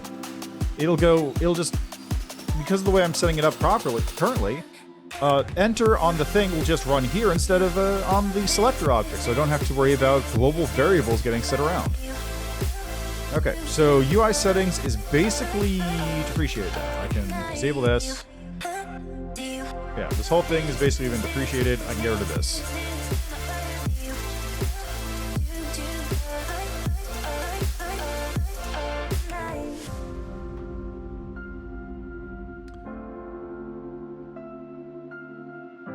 The reason I haven't moved, I could move this out, but I want to keep it around here for the time being because I don't know if I'm going to need to replace it with this.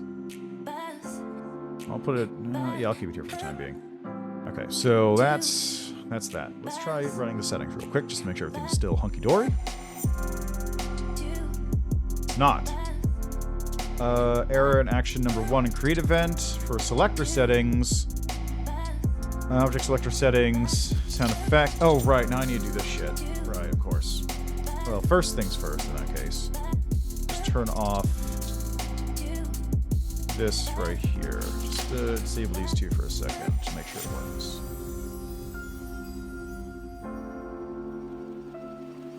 There we go. We're here. It works. It's fine. Perfect. Sound effect, max score, min score, save and exit. Perfect. I'm going to have to stretch these out a little bit. Because for some reason it's not doing it. Oh, because I didn't have that. That's why. So set instance scale. Let's object on menu. So 5 and scale object selector settings. Not that it's going to be affected, but it's there if I need it. There we go. Look at that. Ah, oh, beautiful. Lovely. Love it. Absolutely gorgeous. Gorgeous, I tell ya. These are a little far over, I feel like, but it's fine. Okay. Good. Right. So now we get to play around with this, which is the fun part. So I need to work with the selector now.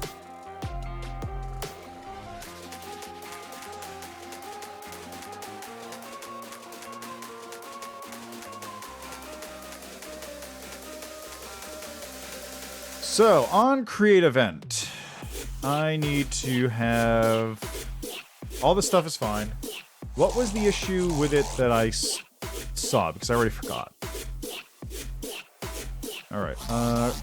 Error in action number 1 of create event for the selector. Variable object selector settings not set before reading it. So, inst settings sfx not set. Right. Right, now I remember that part. Okay. Alright, so I need to pull...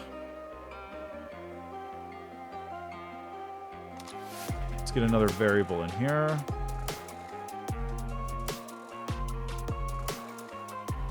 And what was the syntax used for this again? It was, I think it was get current room. User event 2. Right, it was here. So, setting menu master.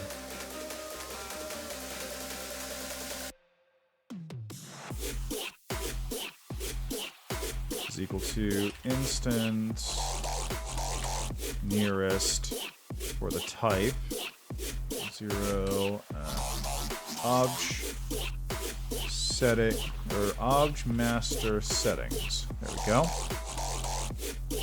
So, setting menu master gets that. Get temp, that's y. So we go dot like this.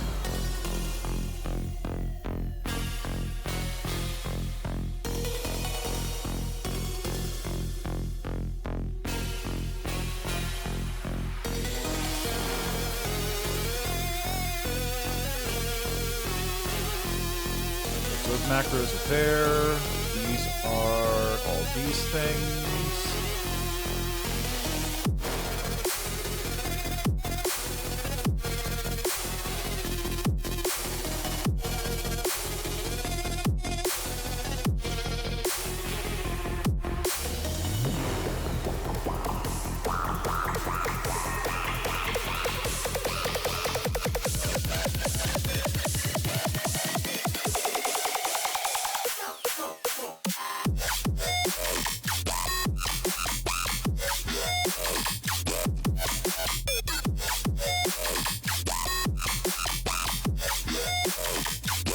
Okay, this should work now. So going back to the settings. No. Global variable name, selection active index. Of course, right. So where is that? Selection active.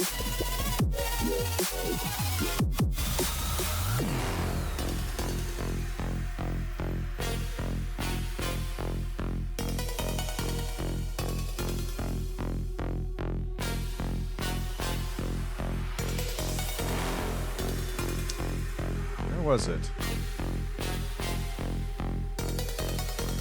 Where was it? Okay, which part of it was it in? It's in step event, selection active index.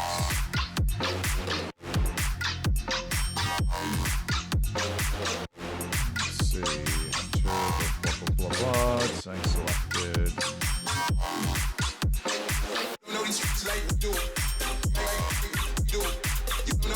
Ah, there it is. Go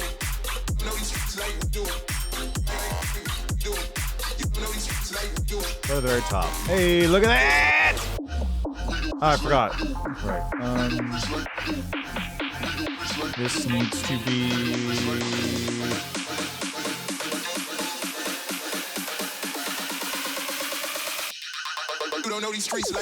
This goes under the UI layer instead.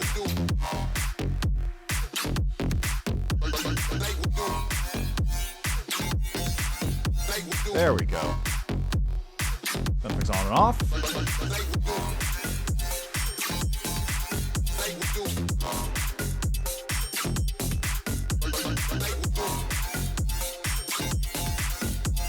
All right, excellent.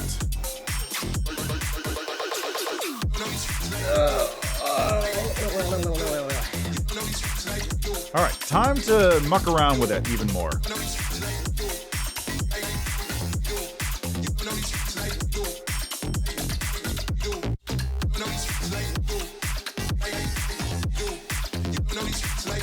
So, what do I want to do? I want to basically turn it into the same thing I did with the menu, where it effectively has nothing in it.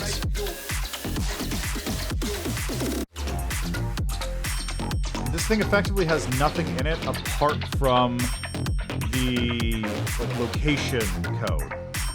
It just pulls information about, like, this is where it's located.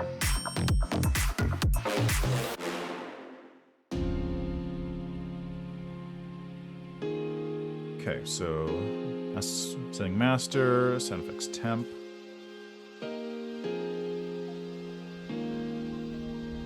Okay, soundeffects temp is false.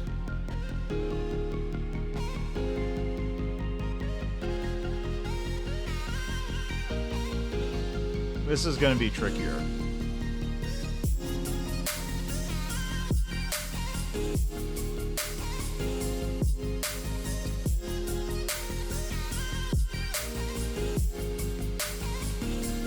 That global variable.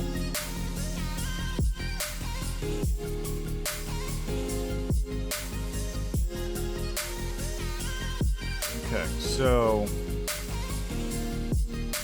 mouse for use Y is not equal to mouse Y. Setting selected goes to instance nearest for the object. And of course, this thing is also a present where I need to have I have a variable which is if the selection is active, it does this. Because if it isn't active, then okay, this is fine. This can stay on here. Mouse for use Y. Pressed.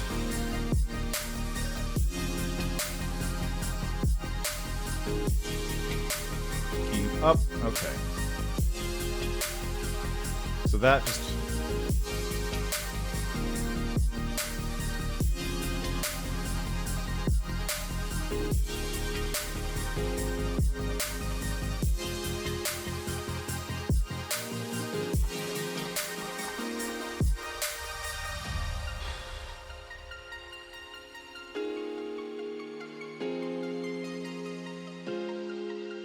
I think I know why I did this.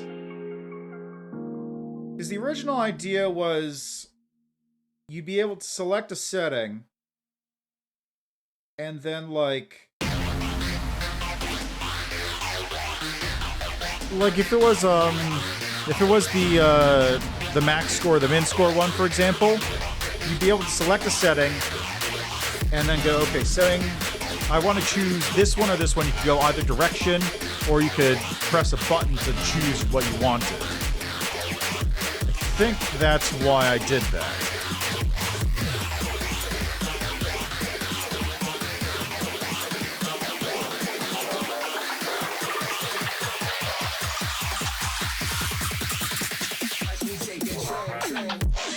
So I can actually get rid of that, can't I? Selection active is now a not useful function. It only gets used basically in this. It basically only gets used in this instance. Okay, I'll be back in a second. I want to get something to snack on, but I'll be back to sort of sort this mess out.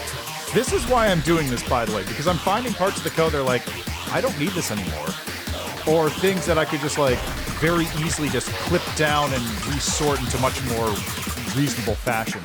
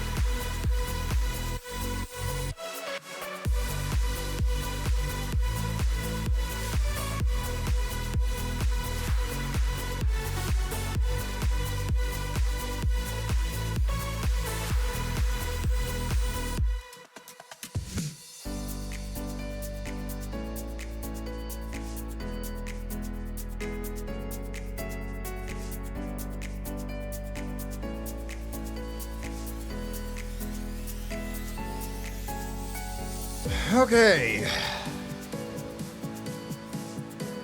Let's see here.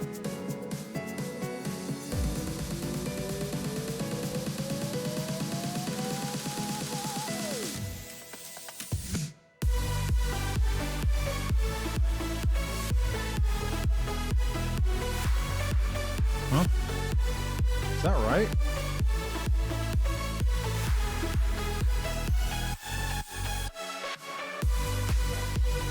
Why is it doing that?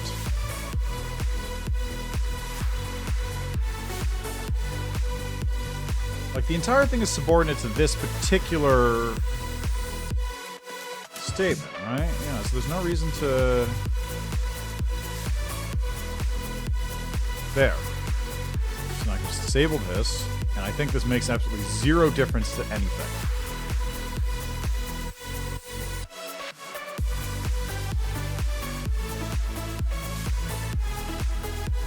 Good. That works. Okay. So step, we can remove selection active. That straight up can just go away for now. I could also remove it over here because that's just straight up not useful at the moment. I'll disable it here because I might want to pull it out at a later time. But for now, it can go. Alright. So setting selected is that. This is fairly analogous to what I was doing with the other selector.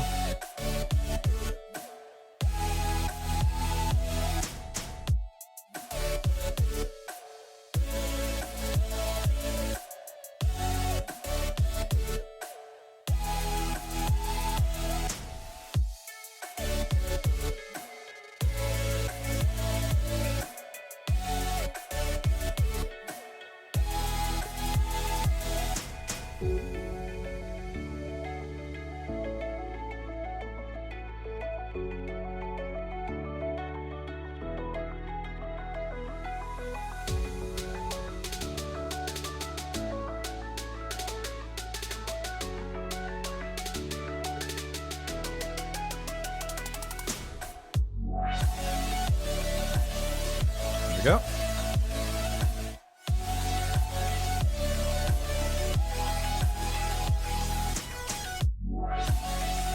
There we go.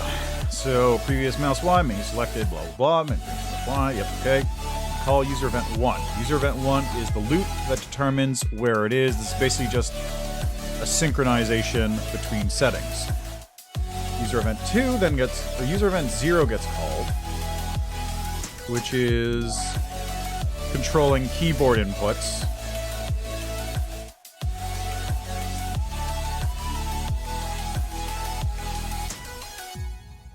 And then it jumps. So let's do user event 0 already exists. So let's add a user event 1. What was user event 0?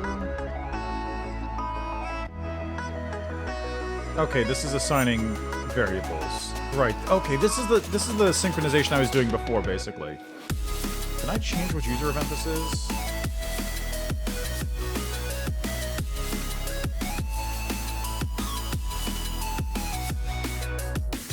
Let's copy this as user event 2, just for now. So user event 0 is going to be rejiggered, I think. Where's user event 0 currently being called? Here. Let's call it 2.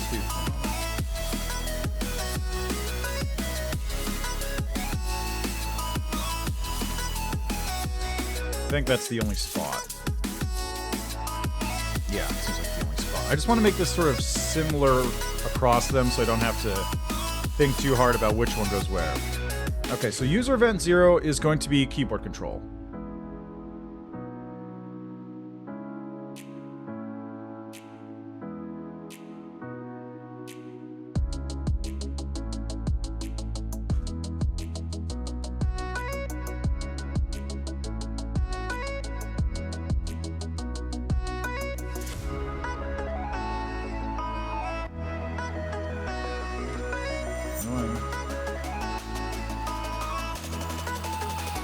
There we go.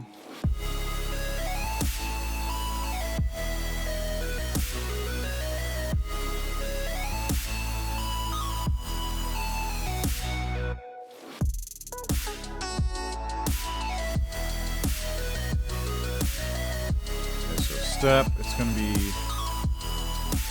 okay, one key pressed.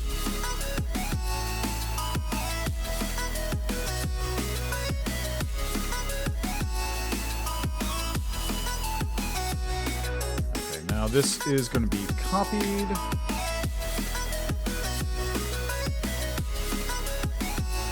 Delete all that. Paste that there. There we go.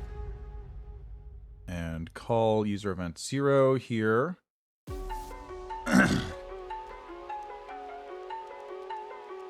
So VK down to if variable I is equal to -1. Good.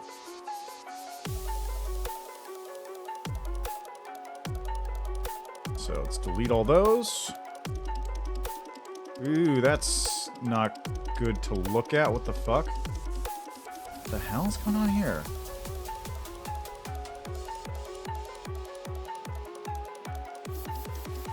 What the fuck was that about?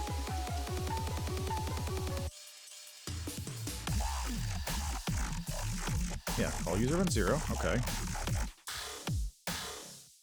So let's do this the slow way because I don't know what the fuck was happening there.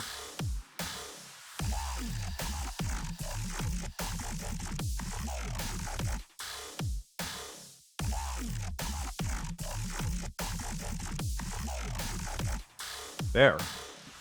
Christ, what the hell was that about? Okay, so user event 0, same as before. Now user event 1 is where I want to sync this thing up. And I can actually do it here as well, can't I?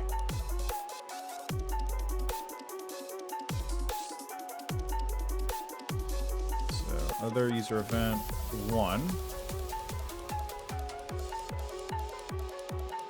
Like, I can basically just remove it from this.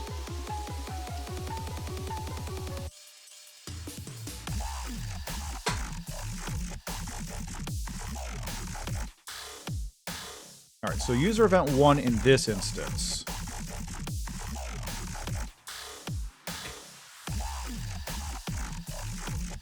Basically, same thing here. We're going to do a couple while loops.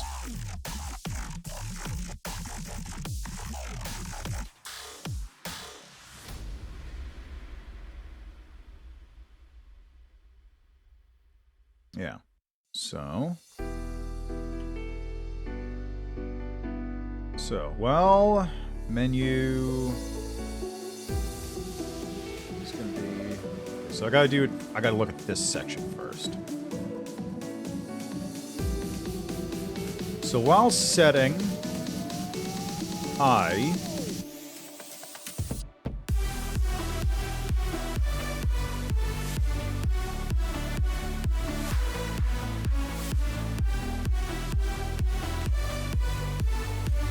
While setting I is not equal to setting selected.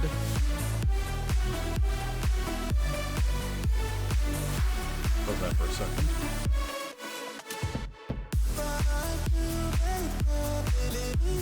Okay, while setting I is not equal to setting selected, which is correct. I gets added.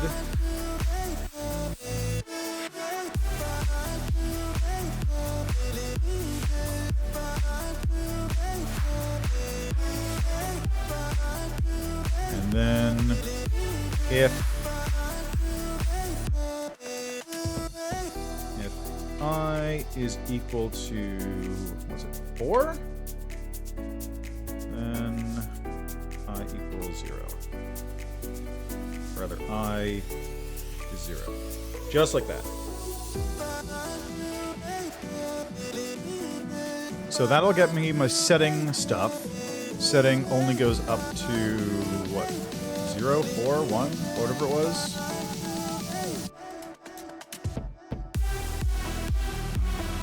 Yeah, it's 4. It's 4 for this one.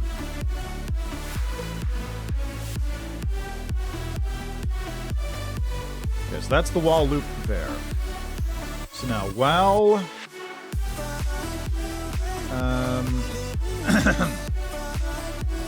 That's setting. Then while mix score, I don't remember which one max score is. Let's go with user event 2 here. Max score is J.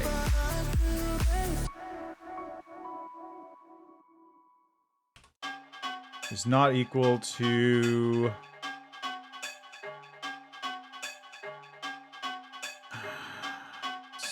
temp max score. I don't know, what would it be?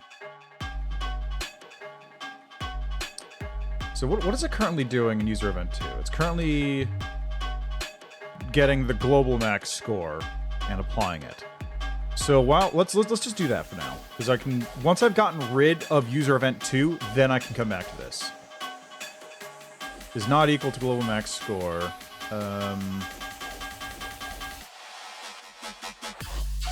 J is equal to J plus 1.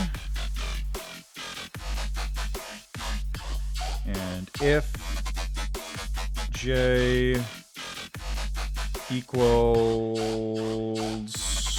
What's my max on this? 0, 1, 2, 3, 4. So 5. J is equal to 5. J is equal to 0. Okay. Well...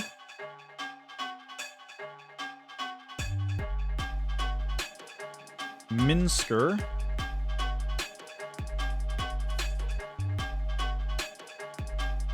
is not equal to, or Minsker, what is this, K, I think? J, K, yeah. Minsker is K. Minsker K is not equal to global dot min score.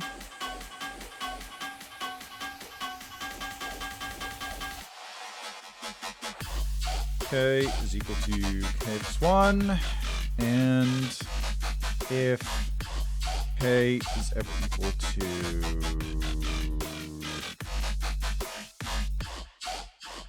4? Is it only 4? 0, 1, 2, 3. Yeah, so it'd be 4.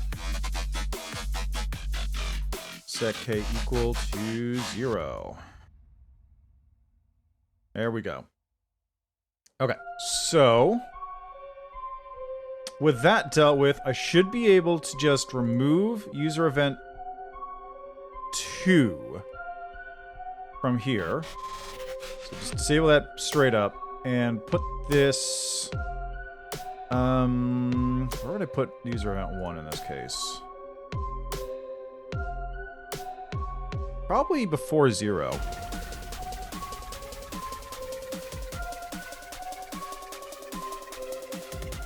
Okay, let's try this.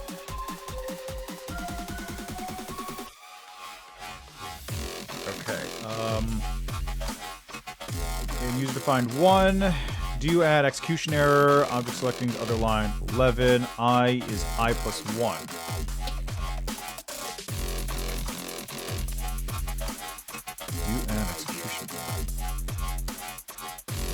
Why is that being an error?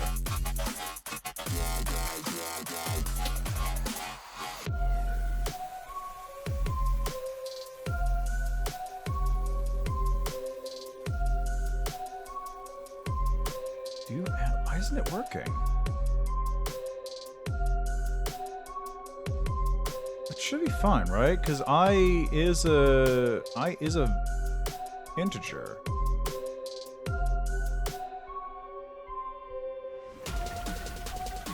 Wait, I is global... What?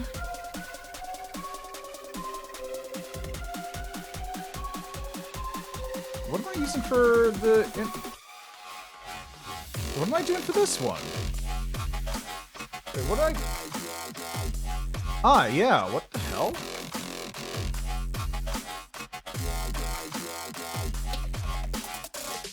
Setting I. Value setting I. What the fuck? Wait a second, what? Okay, this should be I. Why is this set to global sound effect off? That doesn't make any sense.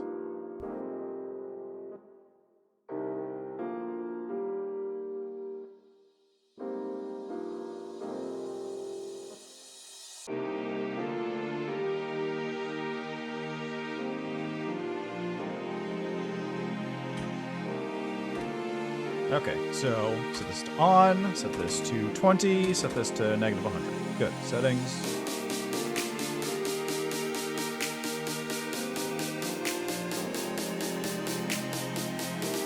Okay, setting this to 10, setting this 15, negative 5. Good. So then I can go.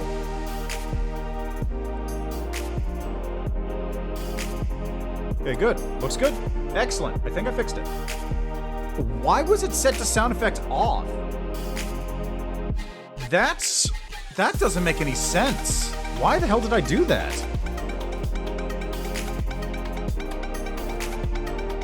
Alright, anyway, point is, I can get rid of user event 2. Like, look at this. This is much easier. Ba-bang, bada-bang, bada-boom. Easy to add things into it. Easy to fix. Now, these I don't want to be global.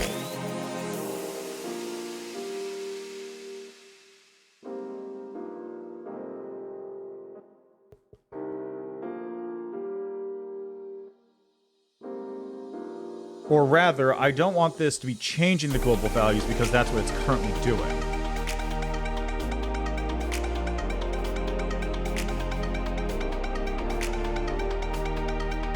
Master is there, sound effects temp is false. Let's go,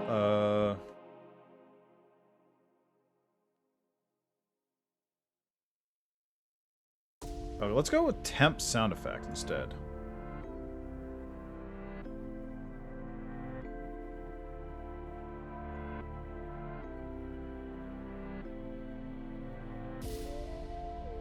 There. Temp sound effects, temp max score, temp min score. Just to set it up.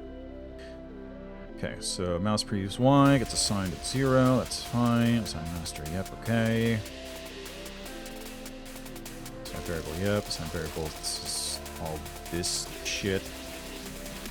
Assign variable, yep.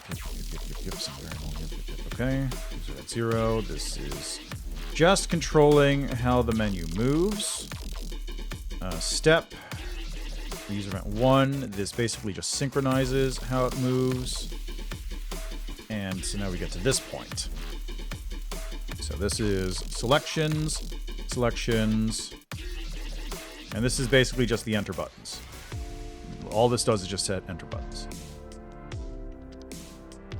Which this can be imported over to the master for settings.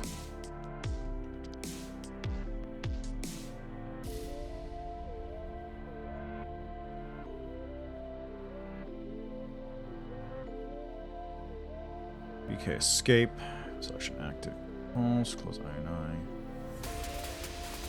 There's nothing that sets this to true though, which is...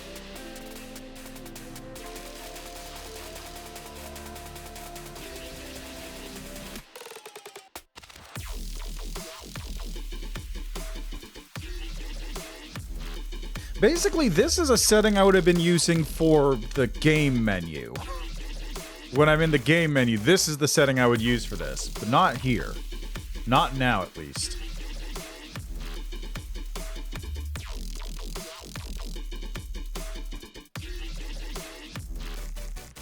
Okay, duplicate other as user event. Let's call this user event 15, just get it out of the way for now.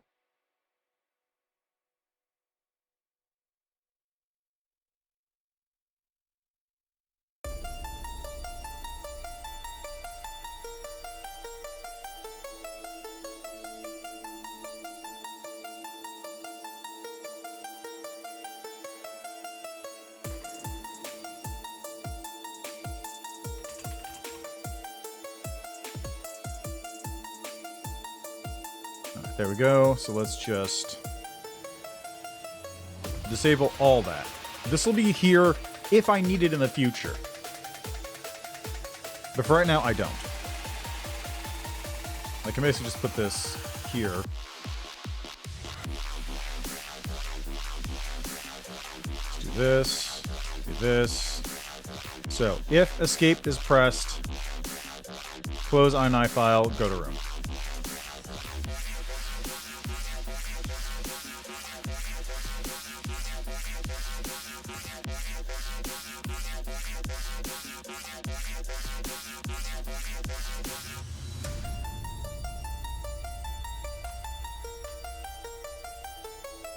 There we go. Yeah, it's really nasty outside. Alright, so on step, it calls user event, which is just, if you press escape, leave the room without saving. And I can close that for the moment.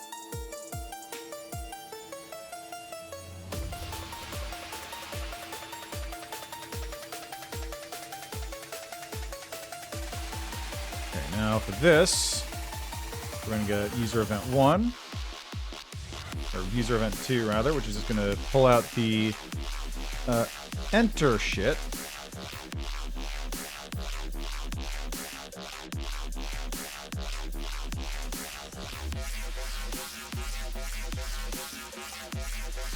How do I pull this out here in the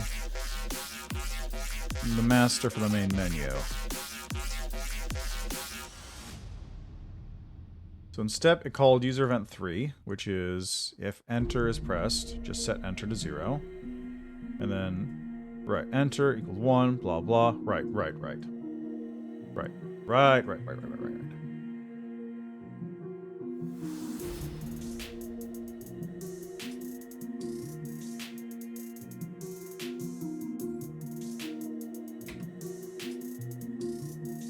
Right, because basically everything after this point right here gets pulled out.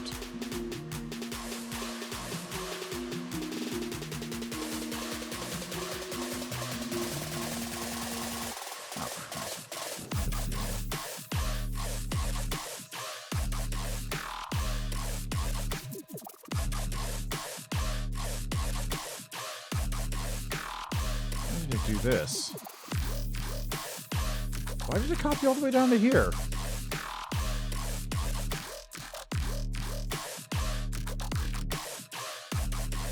I didn't want that. I just wanted this down to here. Just these 4 things. That's all I wanted out of it.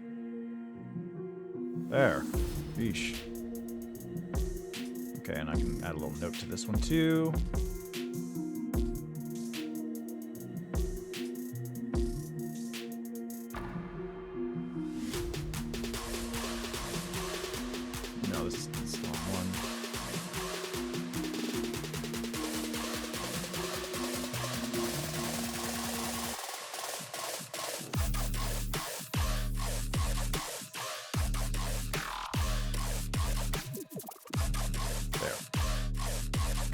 Mouse button left, enter 1, step, call user event 1, which is this, call user event 2, which is that.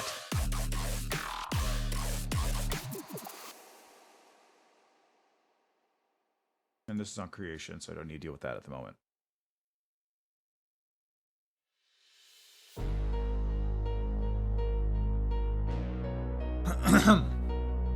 And the reason why this works is because this means I can actually pull the temp files out of the selector and put it in the GUI and draw that out properly. Yeah. Exciting. Okay, so user event 2. Okay, so disable for the time being. Okay. If enter is equal to 1.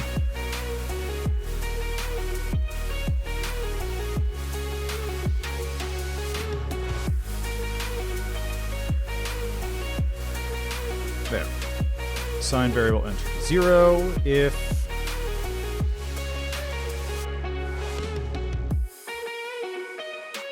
so I want that was the thing I want. I want it to setting selector.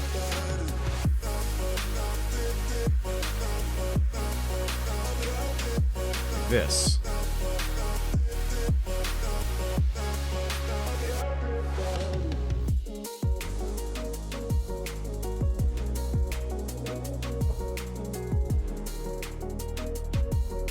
There we go. Okay, turn off this one. Off this one. Check this one. Good. Now the problem is, of course, this isn't set. That is just not a set item. So how did I do that over here?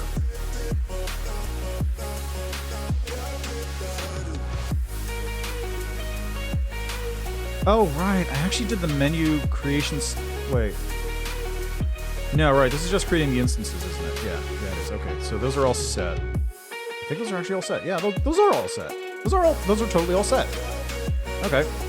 So now go here and go up to here and just save all of those. Yeah. So inst settings are all set. If variable enters equal to 1, enter to 0, then if it's settings, if it's sound effects get flipped. If it's save, then you open the settings.ini file, you write these to it, and then you close the ini file, then you go to the main menu instead of the previous room. Global.gpause, false, just to be on the safe side. This isn't actually necessary. So I'm not going here anymore out of the menu. So close the ini file, go to the main menu. Okay, if max score selected, increment max score up by 1. If it's 5, then set it to 0. Global max score is equal to max score J. So what I'd probably actually want to do... No, because it's still kind of displaying what the value is. So I need to... Yeah, okay, I think I know what to do. So min score... Okay, so let's see if this breaks anything first. We'll sort things out after that point. Broke something. Variable object master settings enter, not set before reading it.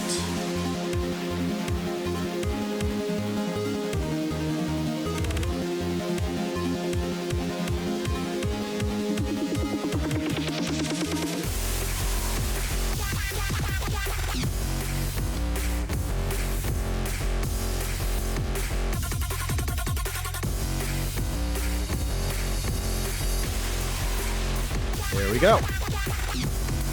Okay. Parent action number 1 is step 0. J. Object master settings J not set before reading it. Okay.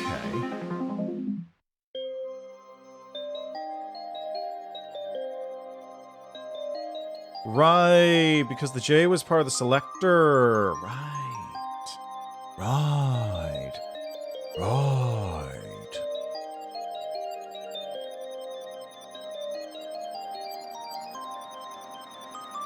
Because I...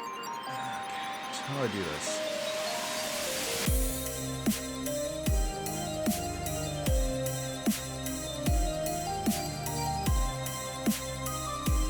How do I do this? J is not set before reading it.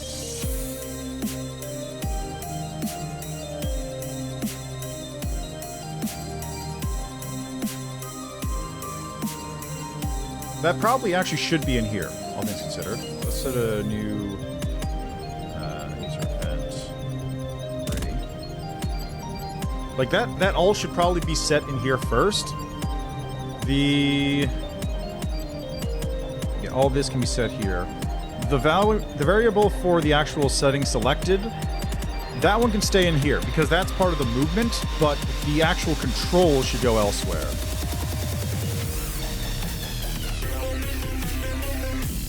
So let's move this,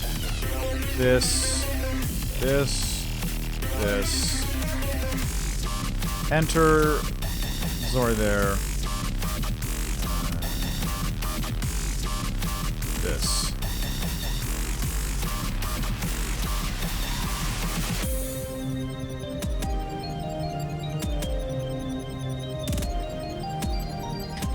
Okay, so put that in here. And create. Also put the enter variable in there too.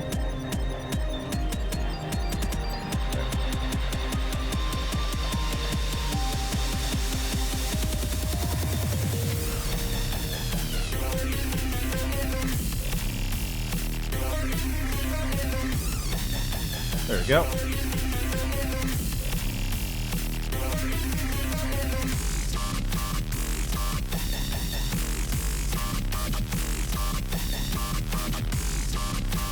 So call user event 3. Okay,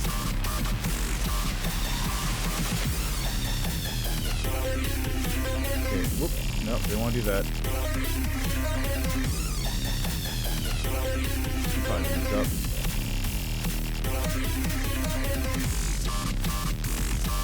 Yeah, this should be right here, given that it's pulling from that one. The rest of these...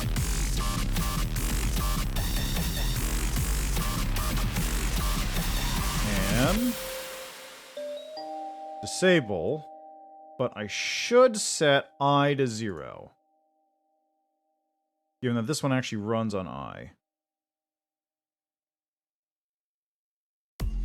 There, I 0.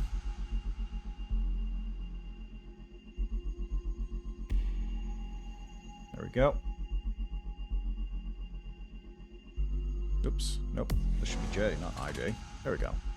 Not that it matters.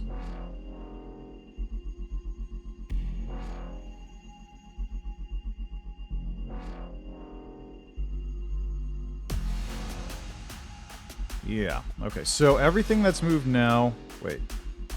This affects... no, this still needs to be visible. This one needs to be present still. That macro actually does need to be there. Because that's tied to this thing. This is there, I's there. Okay, so going back to this, 3. I can remove I. Okay, here. There you go, problem solved. Max score, macros 1, score. Okay, yep, okay, that's good, that looks good. Let's try this now.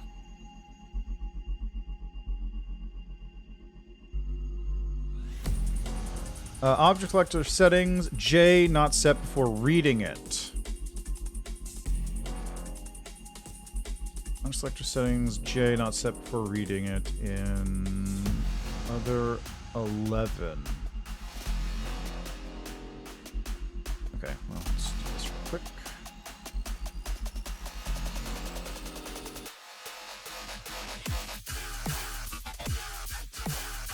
What is other... oh, right. Because I don't actually need these here anymore, do I? These while loops can go elsewhere.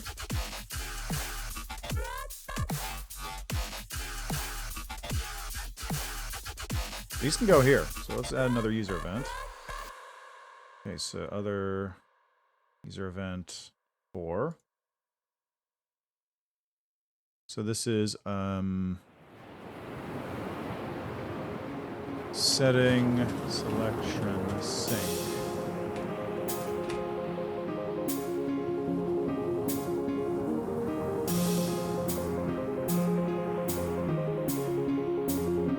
There you go. So J max score and K max score are now in here. That would go where? I guess it'd probably go right here, right? Oh, maybe here. Doesn't really matter.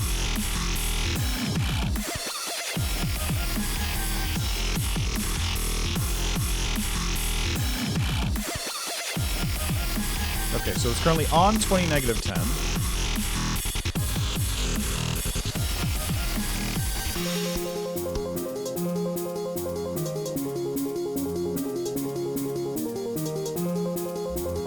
Good. Seems to be working.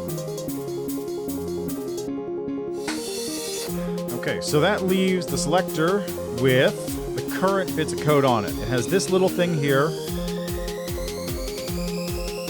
So on creation,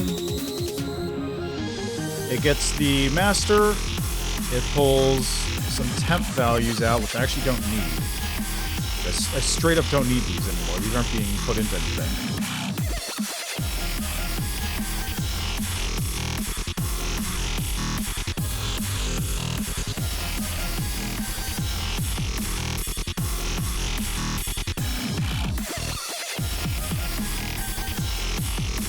All it does is, this is like the logic for pulling it in. User event 0 is controlling keyboard up and down. User event 1 is synchronizing effectively what it looks like between mouse and keyboard. And then under create, temp values not being used. Mouse previous Y, 0, not whatever, setting variables, yeah, whatever.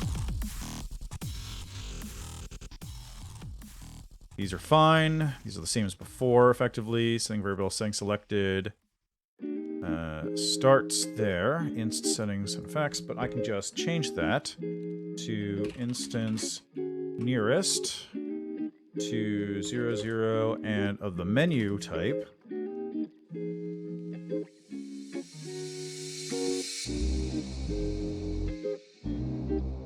So object menu.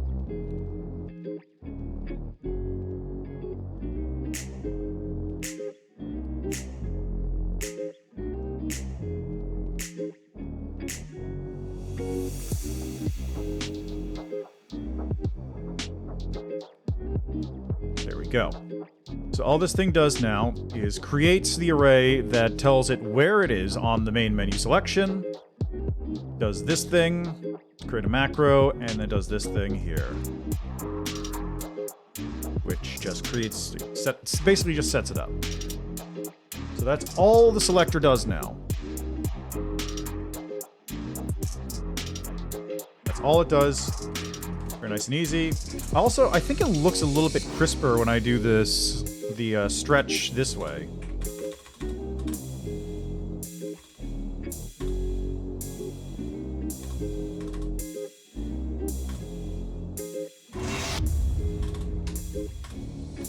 Good. Okay.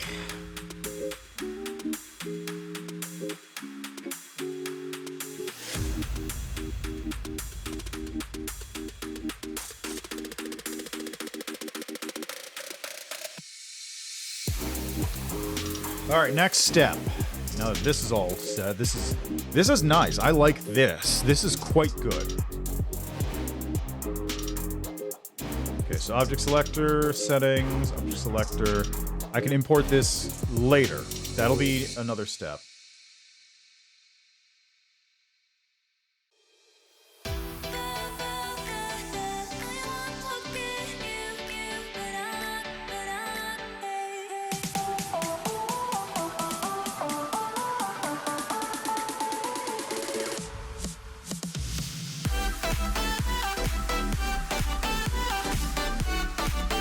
Okay.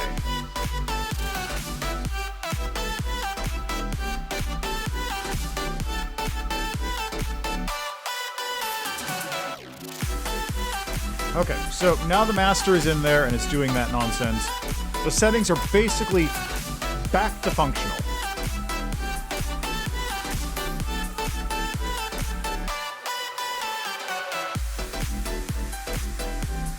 This is what the settings menu now looks like. Whoops, wrong one. What's the...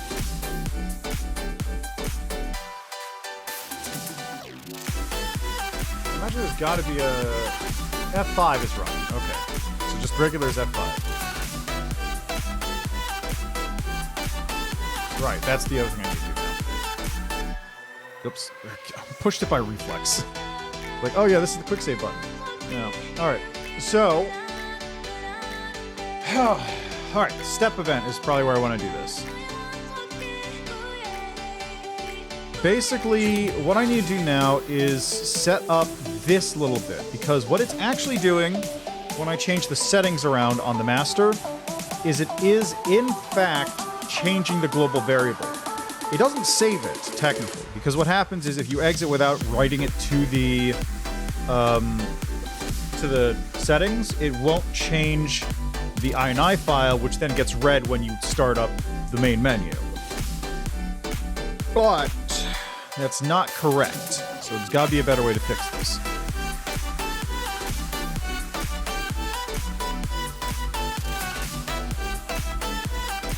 So I think what I gotta do is go here. Which one's 3? 3 is set menu selection variables. Yeah. Okay, so now that we're down here, we're gonna do 3 things. We're gonna do 3 variables. We're gonna go sound effects, temp, sound effects,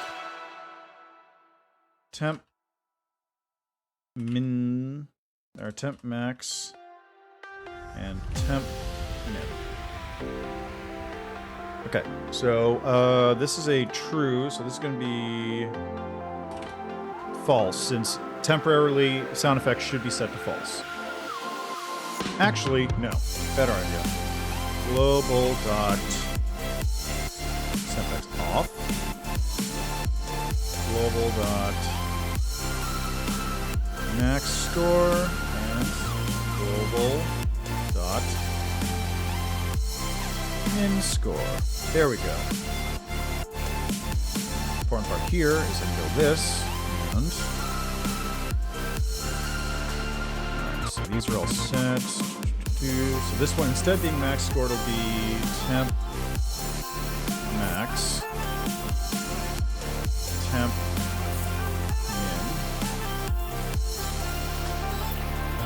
min, and if temp sound effects is true, it's off, else on.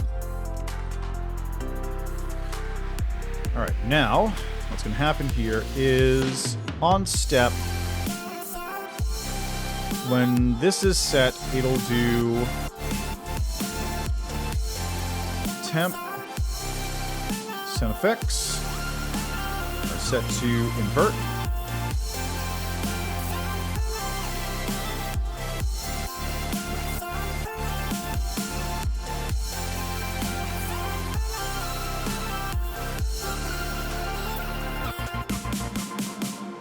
Temp sound effects, there we go. And also right here. Actually, no, set global variables.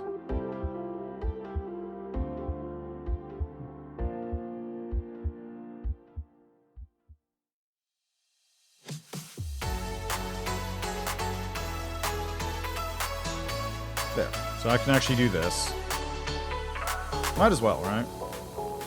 So right here, value is going to be temp sound effects. Is that right? Yes, temp sound effects. Okay. Okay, so temp sound effects global max score is equal to temp max global min score is equal to temp min. The reason I'm doing it this way is if I ever change it so that God, it's windy out. If I ever change it so that it's no longer pulling the ini file when it opens the main menu, I want this to still persist. I want you to be able to change the max score and the min score and whatever without having to do that. That said, this still isn't going to be relevant for the menu in the game because the only option there currently is sound effects, but it might be relevant later. Another important thing, too, is if I do something like this, I can have it so that if the resolution changes, I can have like a little thing that comes up going, is this resolution good? Reverting in 3, 2, 1. That setting. So that's something. My temp sound effects changes around. So when you select a save, it'll override that. Max max score, min score, good. Go to main menu. Okay, so if blah blah blah J1 50 global. So this would be temp. This is max. That instead. Temp min. Okay. This should work now.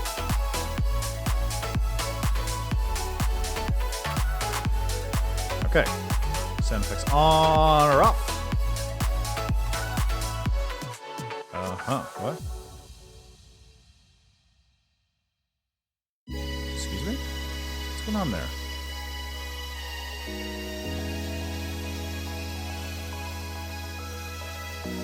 Why isn't it moving all of a sudden? This is the hardest one to fix because now you don't have a... It was working before is the weird part.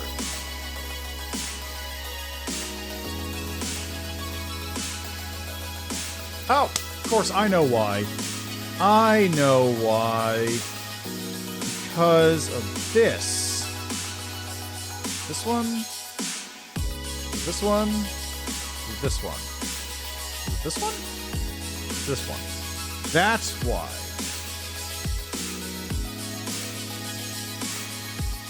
This was still tied to the global. There we go.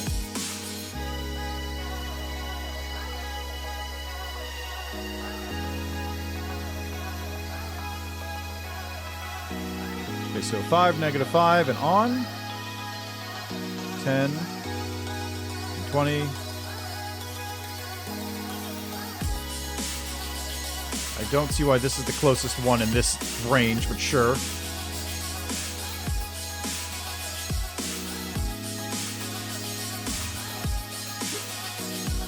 Setting. Let's go to max score 1 and score 0. Sound back on.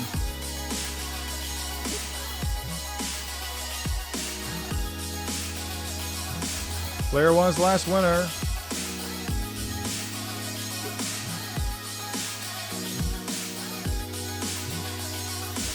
Player 2's last score winner. Yeah! Doing it! Works. Lovely.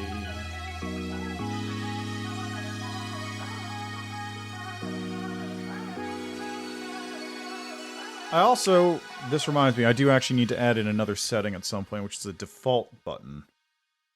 Which I actually need to go back to the main menu to fix. Anyway, now that this is set, we can try out the other nonsense. Selector settings. Okay, so first we're going to close all but this. We're going to do selector settings and object selector.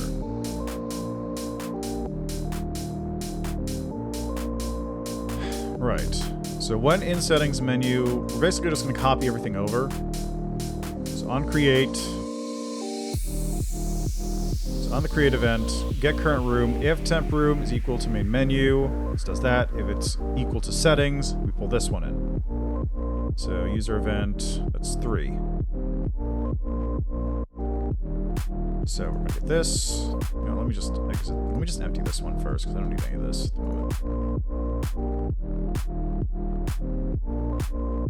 There. All right. So this. Why don't I just do this? There we go. All right.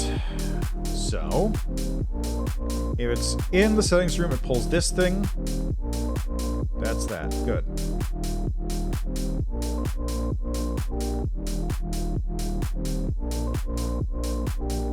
So, step event.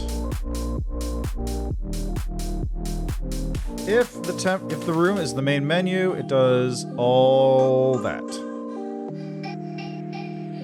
User event 0 is not universal, in fact.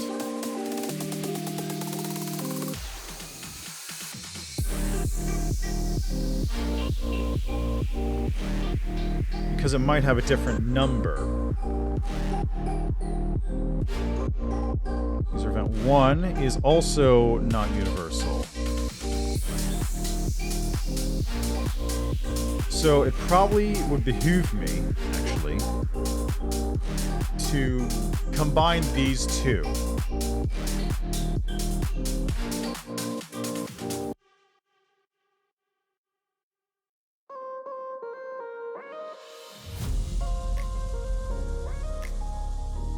So let's combine these in here.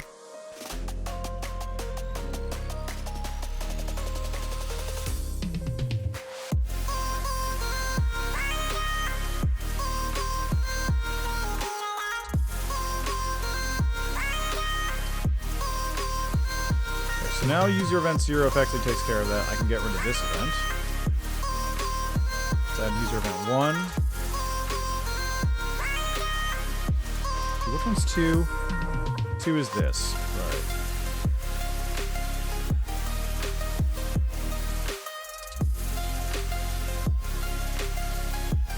The numbering of these is going to be kind of a pain to deal with. Okay, so I don't need to call user event 1 anymore. That's if.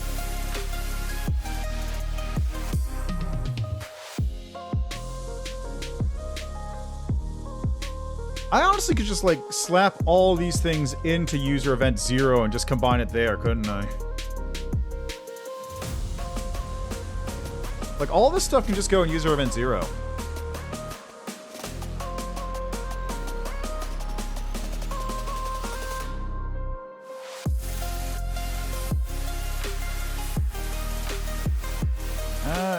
You know what? I'm not going to bother.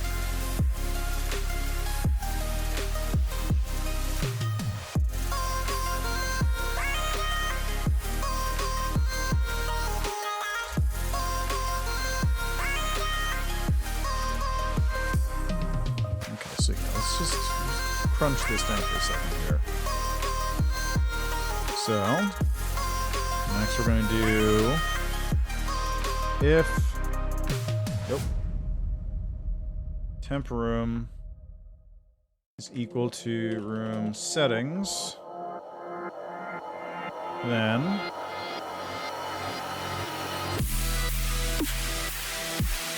actually this I could combine into its own thing, couldn't I? Because they're all going to use the same code for that. They're all going to use mouse previ. Like I could literally, this is actually what this is meant for. So let's take user event 0. Copy into user event 1.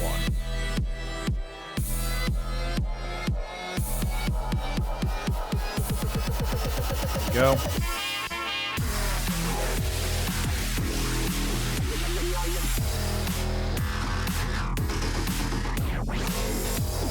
This. There we go.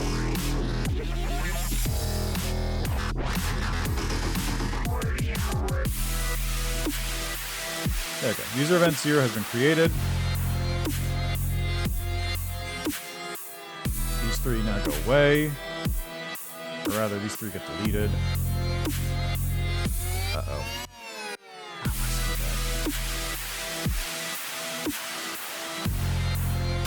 Call user event 0. And this is, describes code is, determine if mouse moved, then move selector to closest.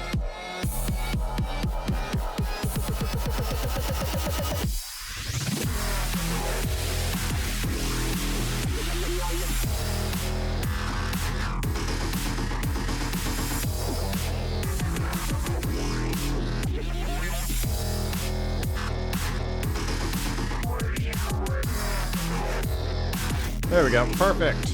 So on step, it'll always run call user event 0. So first step here, call user event 0.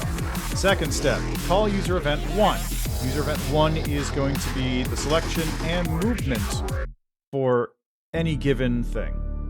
So I want to go to step.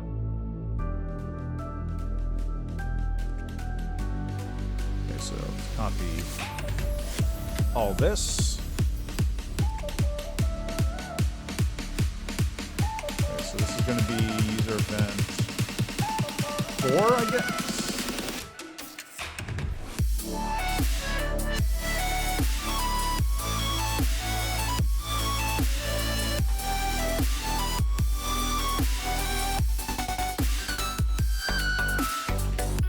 settings menu.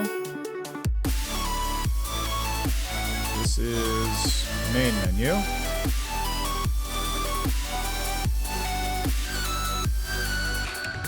There you go. That's why you keep these things around. So you go like, which one of these fucking things is this? Oh, it's the settings menu. It's the main menu. U with a Y. Don't question it. Okay, setting selected. Blah, blah, blah. Good. Then we go to event 0. We go here.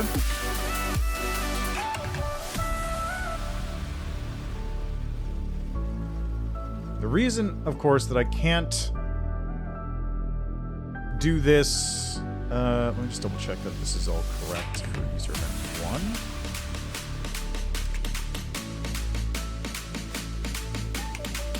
So this should be 1, 2... These ones should actually be swapped. This should be 3 and 4. 4 and 3, rather. So let me copy this over. Okay, event 2.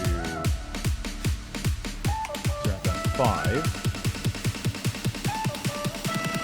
Event. Create event.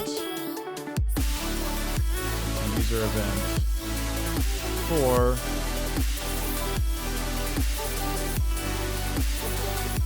Create event. User event 3. Okay. So basically it's going 0 is this thing, just the basic one. Event 1 is the menu movement. 2 is variables. 3 is movement. I guess theoretically it should be backwards to that, but whatever.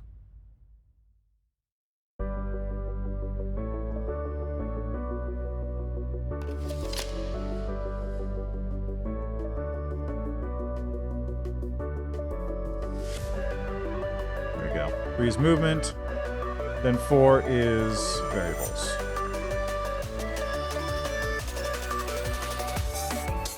So now I just gotta check, make sure everything is properly set up, because I just moved a bunch of things around. So 1, 2, this should be 4. And this is 0, this should be 1, 0. This should be 3. Yes. 3 is the movement. Yes, good.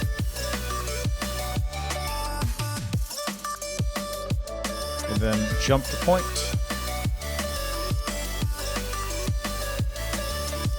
And then you select the .x, then you select the y. So this would be setting selected .x and .y, like that.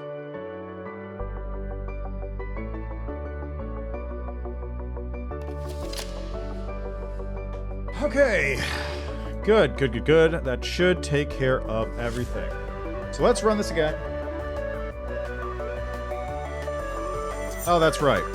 Okay, so I need to go to select your settings. I need to just disable everything here, basically.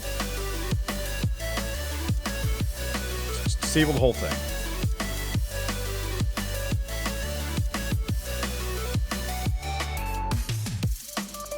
There we go.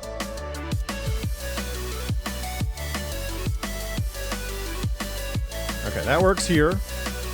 And I can't go into settings yet because I forgot to enable it there. So, turn that off. Object. Master settings. On create. Instead of creating the... Which event is it? Is it this one?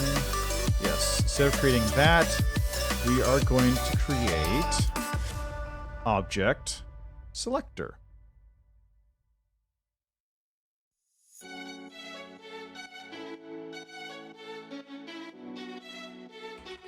Works mostly. So it doesn't have the mouse control for whatever reason. The mouse control's not working here right now. But it is doing what it's supposed to do. Mostly. Okay, so let's go. So create event. This one? Yes.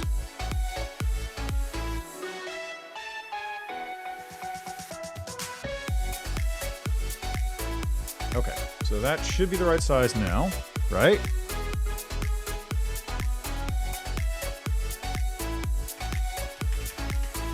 Good, it works. Now the question is, why isn't it working for the mouse control?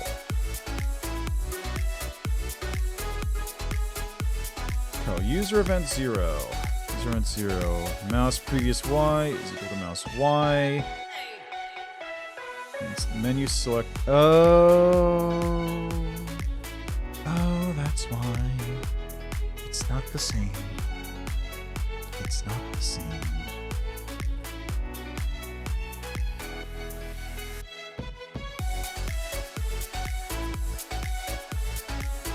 Because it's not going to menu selected, it's going to setting selected.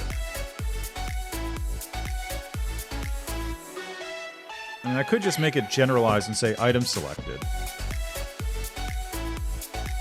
That might work?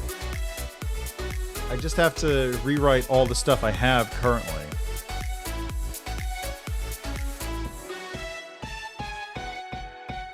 But actually, I think it could work.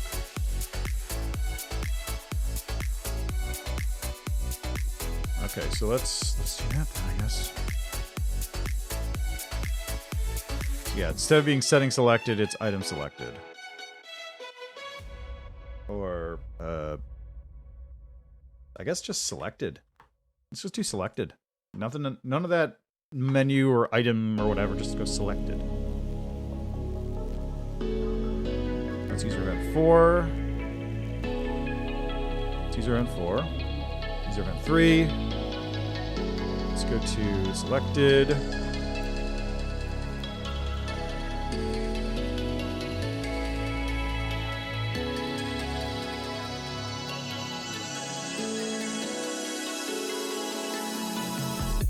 Okay, user event 3 is taken care of. User event 2.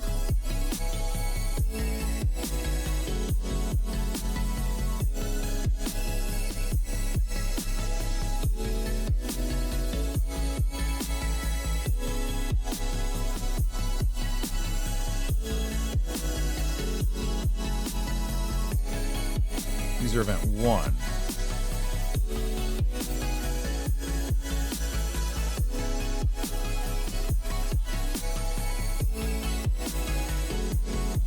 Okay, now I'm going to have to go back to main menu just to make sure that it's not reading this thing at any point. Okay, this just setting is a setting initialization.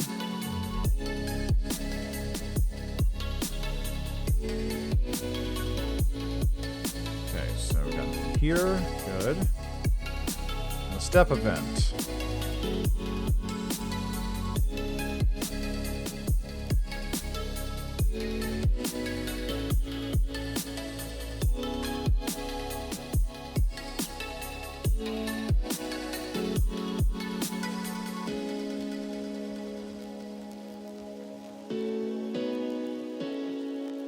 That's what I thought. So the step event, fix that. UE.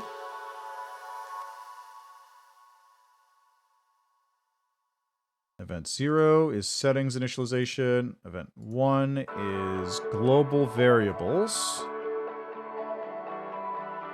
Event 2. These are spawning instances. That's not usable. There, menu button confirmation left, enter. Okay, yep, whatever. Okay, so master there is fine. Now master settings. Okay, nothing on the create event.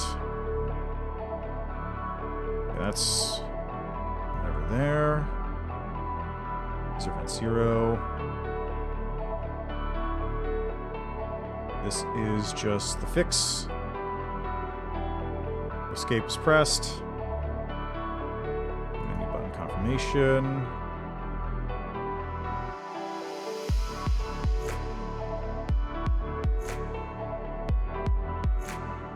Three. This is just macro. Okay. To equal selected. You know, I could just do this, can't I?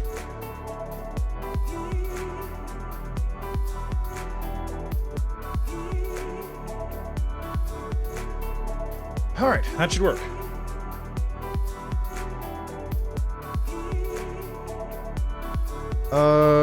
Object selector.menu selected, not set before reading it in step event.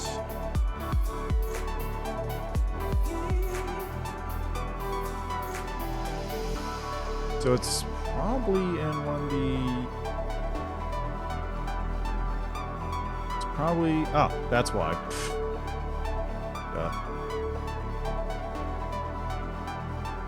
Right.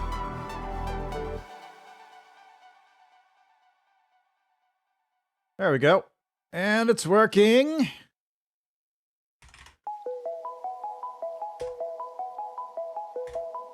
All right, settings.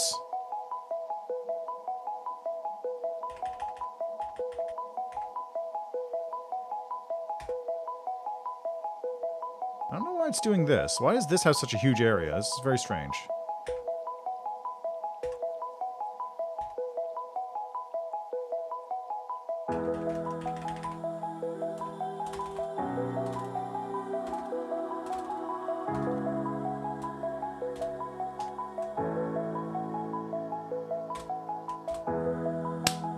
Aha! It's been fixed. Now I just need to figure out why save and exit has such a fucking gigantic zone of control there.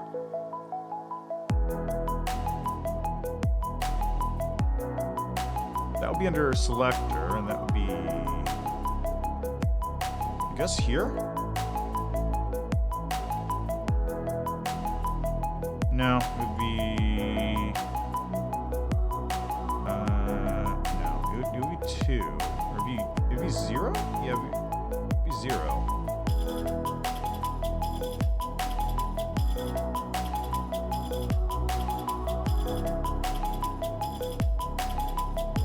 Check the nearest mouse X, mouse Y.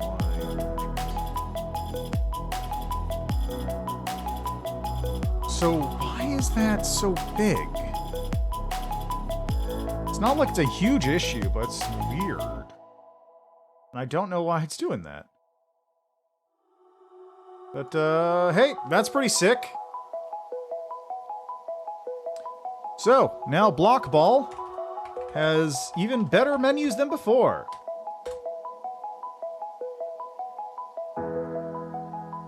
Oh, that's interesting. Error in action number 1 of step event 0 for selector G menu setting. Unable to find instance for object index 0.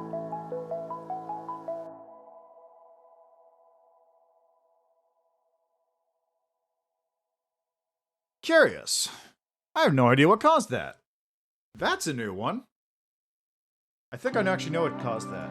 I think what I did was, if I go back to the game real quick.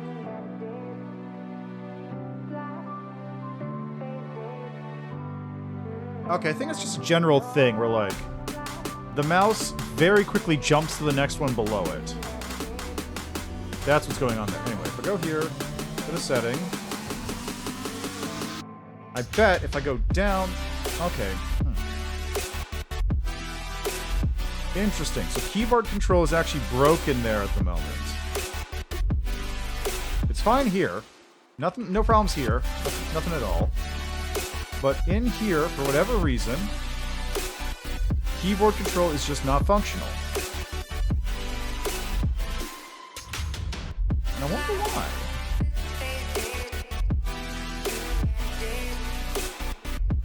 Okay, so sitting there, push down, yeah, it does it. Object selector, G menu setting. Unable to find instance for object index 0.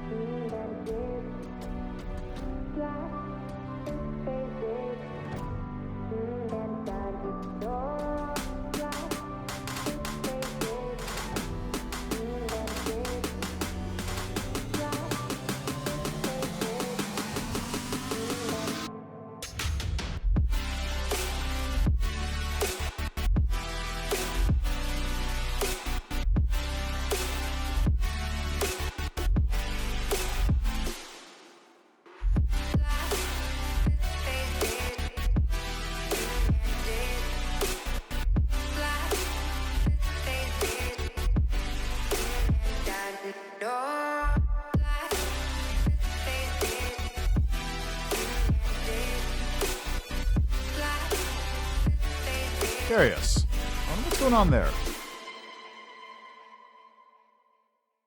Huh.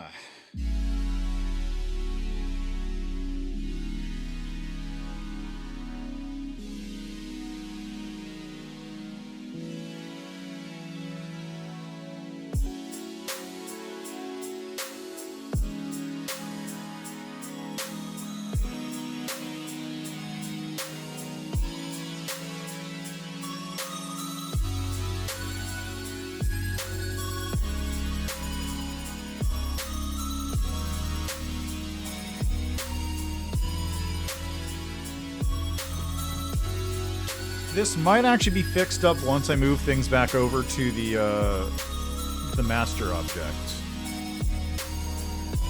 Just oh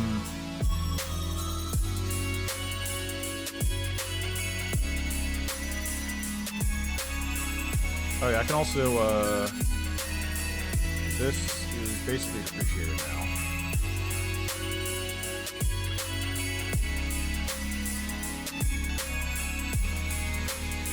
As is this. So I can move both of those into here.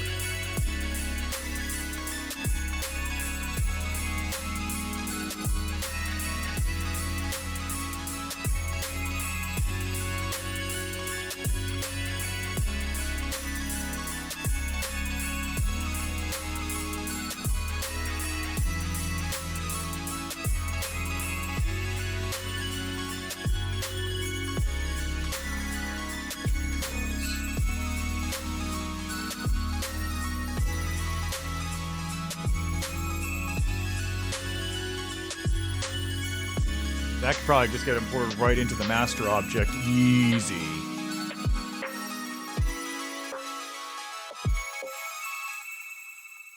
Okay, so next time, yeah, let's do this real quick. Just create the object. So I have it sitting there. Object, master game.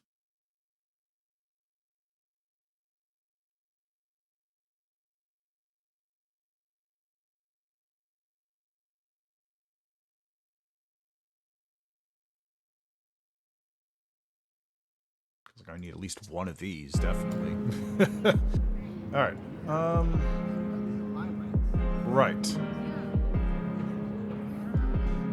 So nice thing is that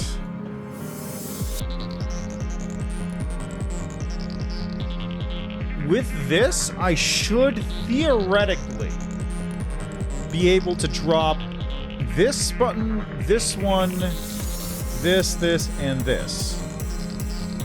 With this one object that I'm making.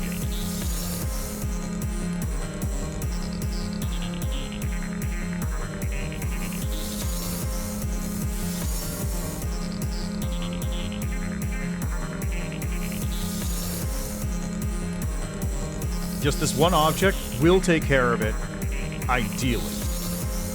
Just as an example here, game, well maybe not that one. Menu, maybe not that one. Maybe not this one either.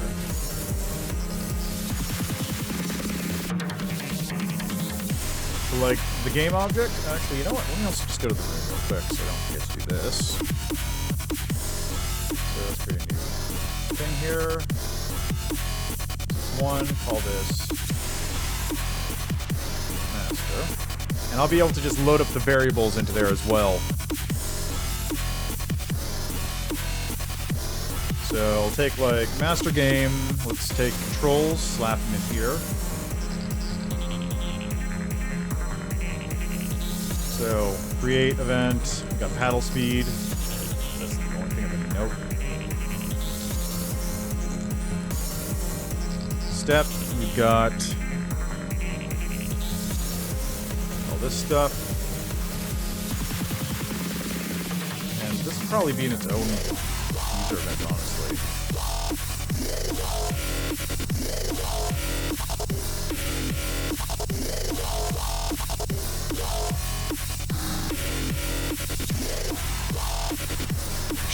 In its own user events? I think this might actually be... What I might do instead is... What might be the better way to do this is to have the object be the master, be the control setting thing. But instead of doing this, all it'll do is translate... It'll translate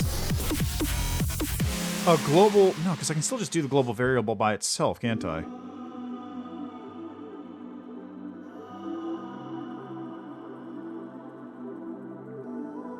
This one's going to be much more complicated to fix. This one's going to be much more complicated to fix. Because I've got a lot of moving... This is the most moving parts in the game. For obvious reasons, this is the game. So, that's something I'll have to figure out how to work with exactly.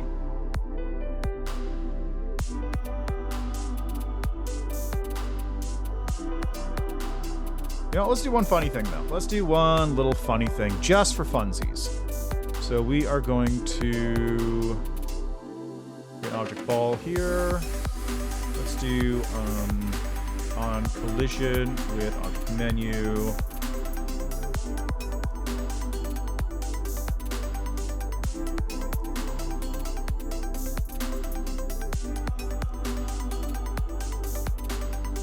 Let's do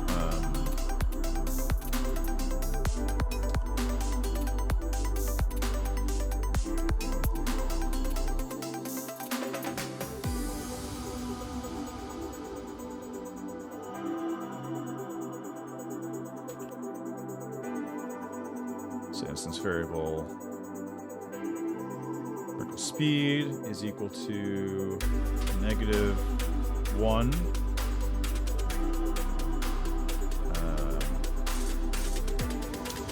Question actually, how do I do this?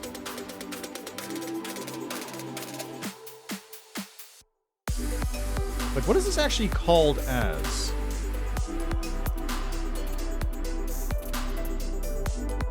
Instance variable v speed to -1. Okay, that works. So set instance variable. I can just do set variable. Variable self dot v speed built-in variable to negative v speed. Actually, this by default assigns it to itself, doesn't it? Yeah.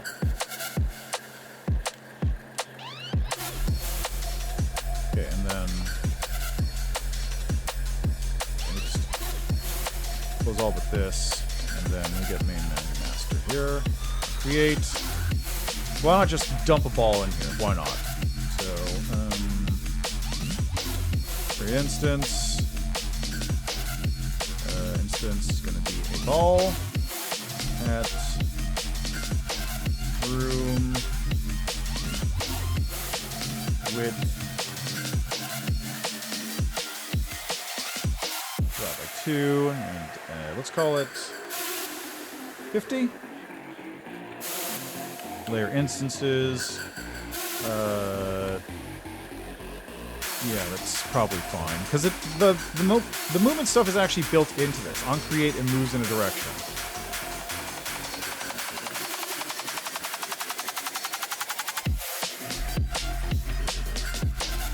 All right, so now just for funsies, let's slap some walls on here.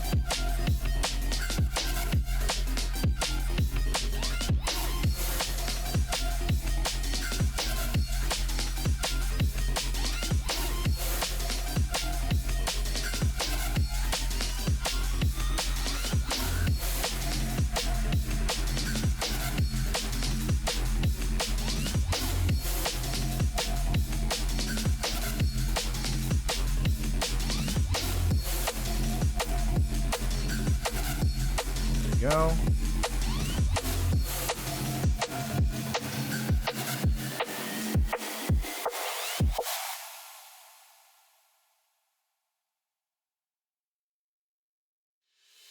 That, and then duplicate. I want to copy this one and duplicate it over here. like that. There we go.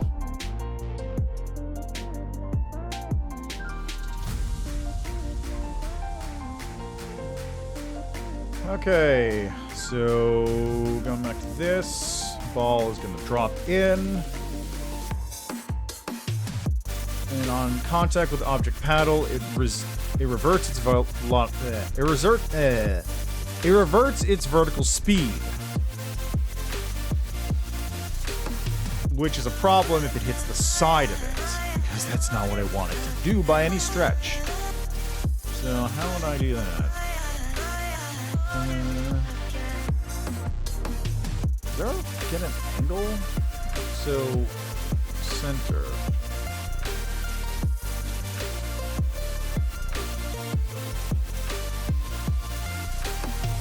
Oh yeah, what's the... I don't have a hitbox for this object, do I? Yeah, the menu doesn't have a fucking hitbox. Same as Sprite. There you go, that's fine. Let's see what happens real quick, just for funsies.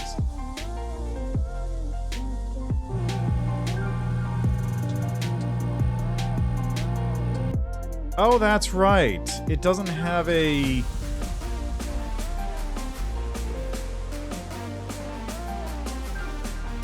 Okay, let's not do this yet. This is, again, something I'd probably want to deal with once I have,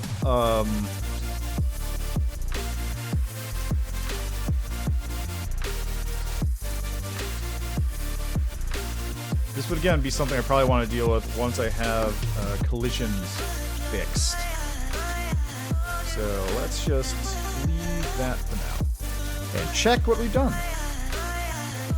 We got working menu. Menu works here. Perfectly fine. Settings. Work with mouse. Also work with this. Perfect. Settings go all the way through if you click them. Off. And if I press escape, settings are reverted. Good. Perfect. Wonderful. That's a good start. And the nice thing is, all of that is now very nice and cleaned up. Everything is clearly labeled. Everything is in a good place. I know where everything is. It's all like... It's all nice, basically. It's all really nicely packaged up and set up in a nice, sensical, easy-to-read manner. Asterisk, relatively, because this is still user event 0, 1, 2, 3. But, in general, hey, not bad. Okay, so let's get Game Master open. We're going to want to deal with this next time, along with all the stuff in the game room, because there's a lot of stuff in the game room. You've got... You got your instances of paddles, you've got your score areas, you got your walls, you got your ball, you've got object, you got a controller object, you've got scores, okay, you've got UI, you've got settings and menu stuff that shows up, you got varnets. There's a lot to deal with here. So that's something I'm going to have to deal with later. So, yeah. Alright, thanks for stopping by, as always. I'll be back with this next week, and I'll be back a little later today in, I don't know, hour or two, with some Elden Ring, going into the end of the game, maybe. I don't know how long the game is. I feel like I'm at the end of the game, but it's probably not close. Anyway, yep, that'll be that. Thanks for stopping by. Enjoy the rest of your day. See you next time. That's all I got. This is, once again, the music you've been listening to has been from StreamBeats. This has been the EDM playlist. I probably will not play the EDM playlist again, because this is, like, not the kind of music for this work. Literally anything but this. This music is like Apex Top Pro stream music. It's not music to develop games to. All right. See you later.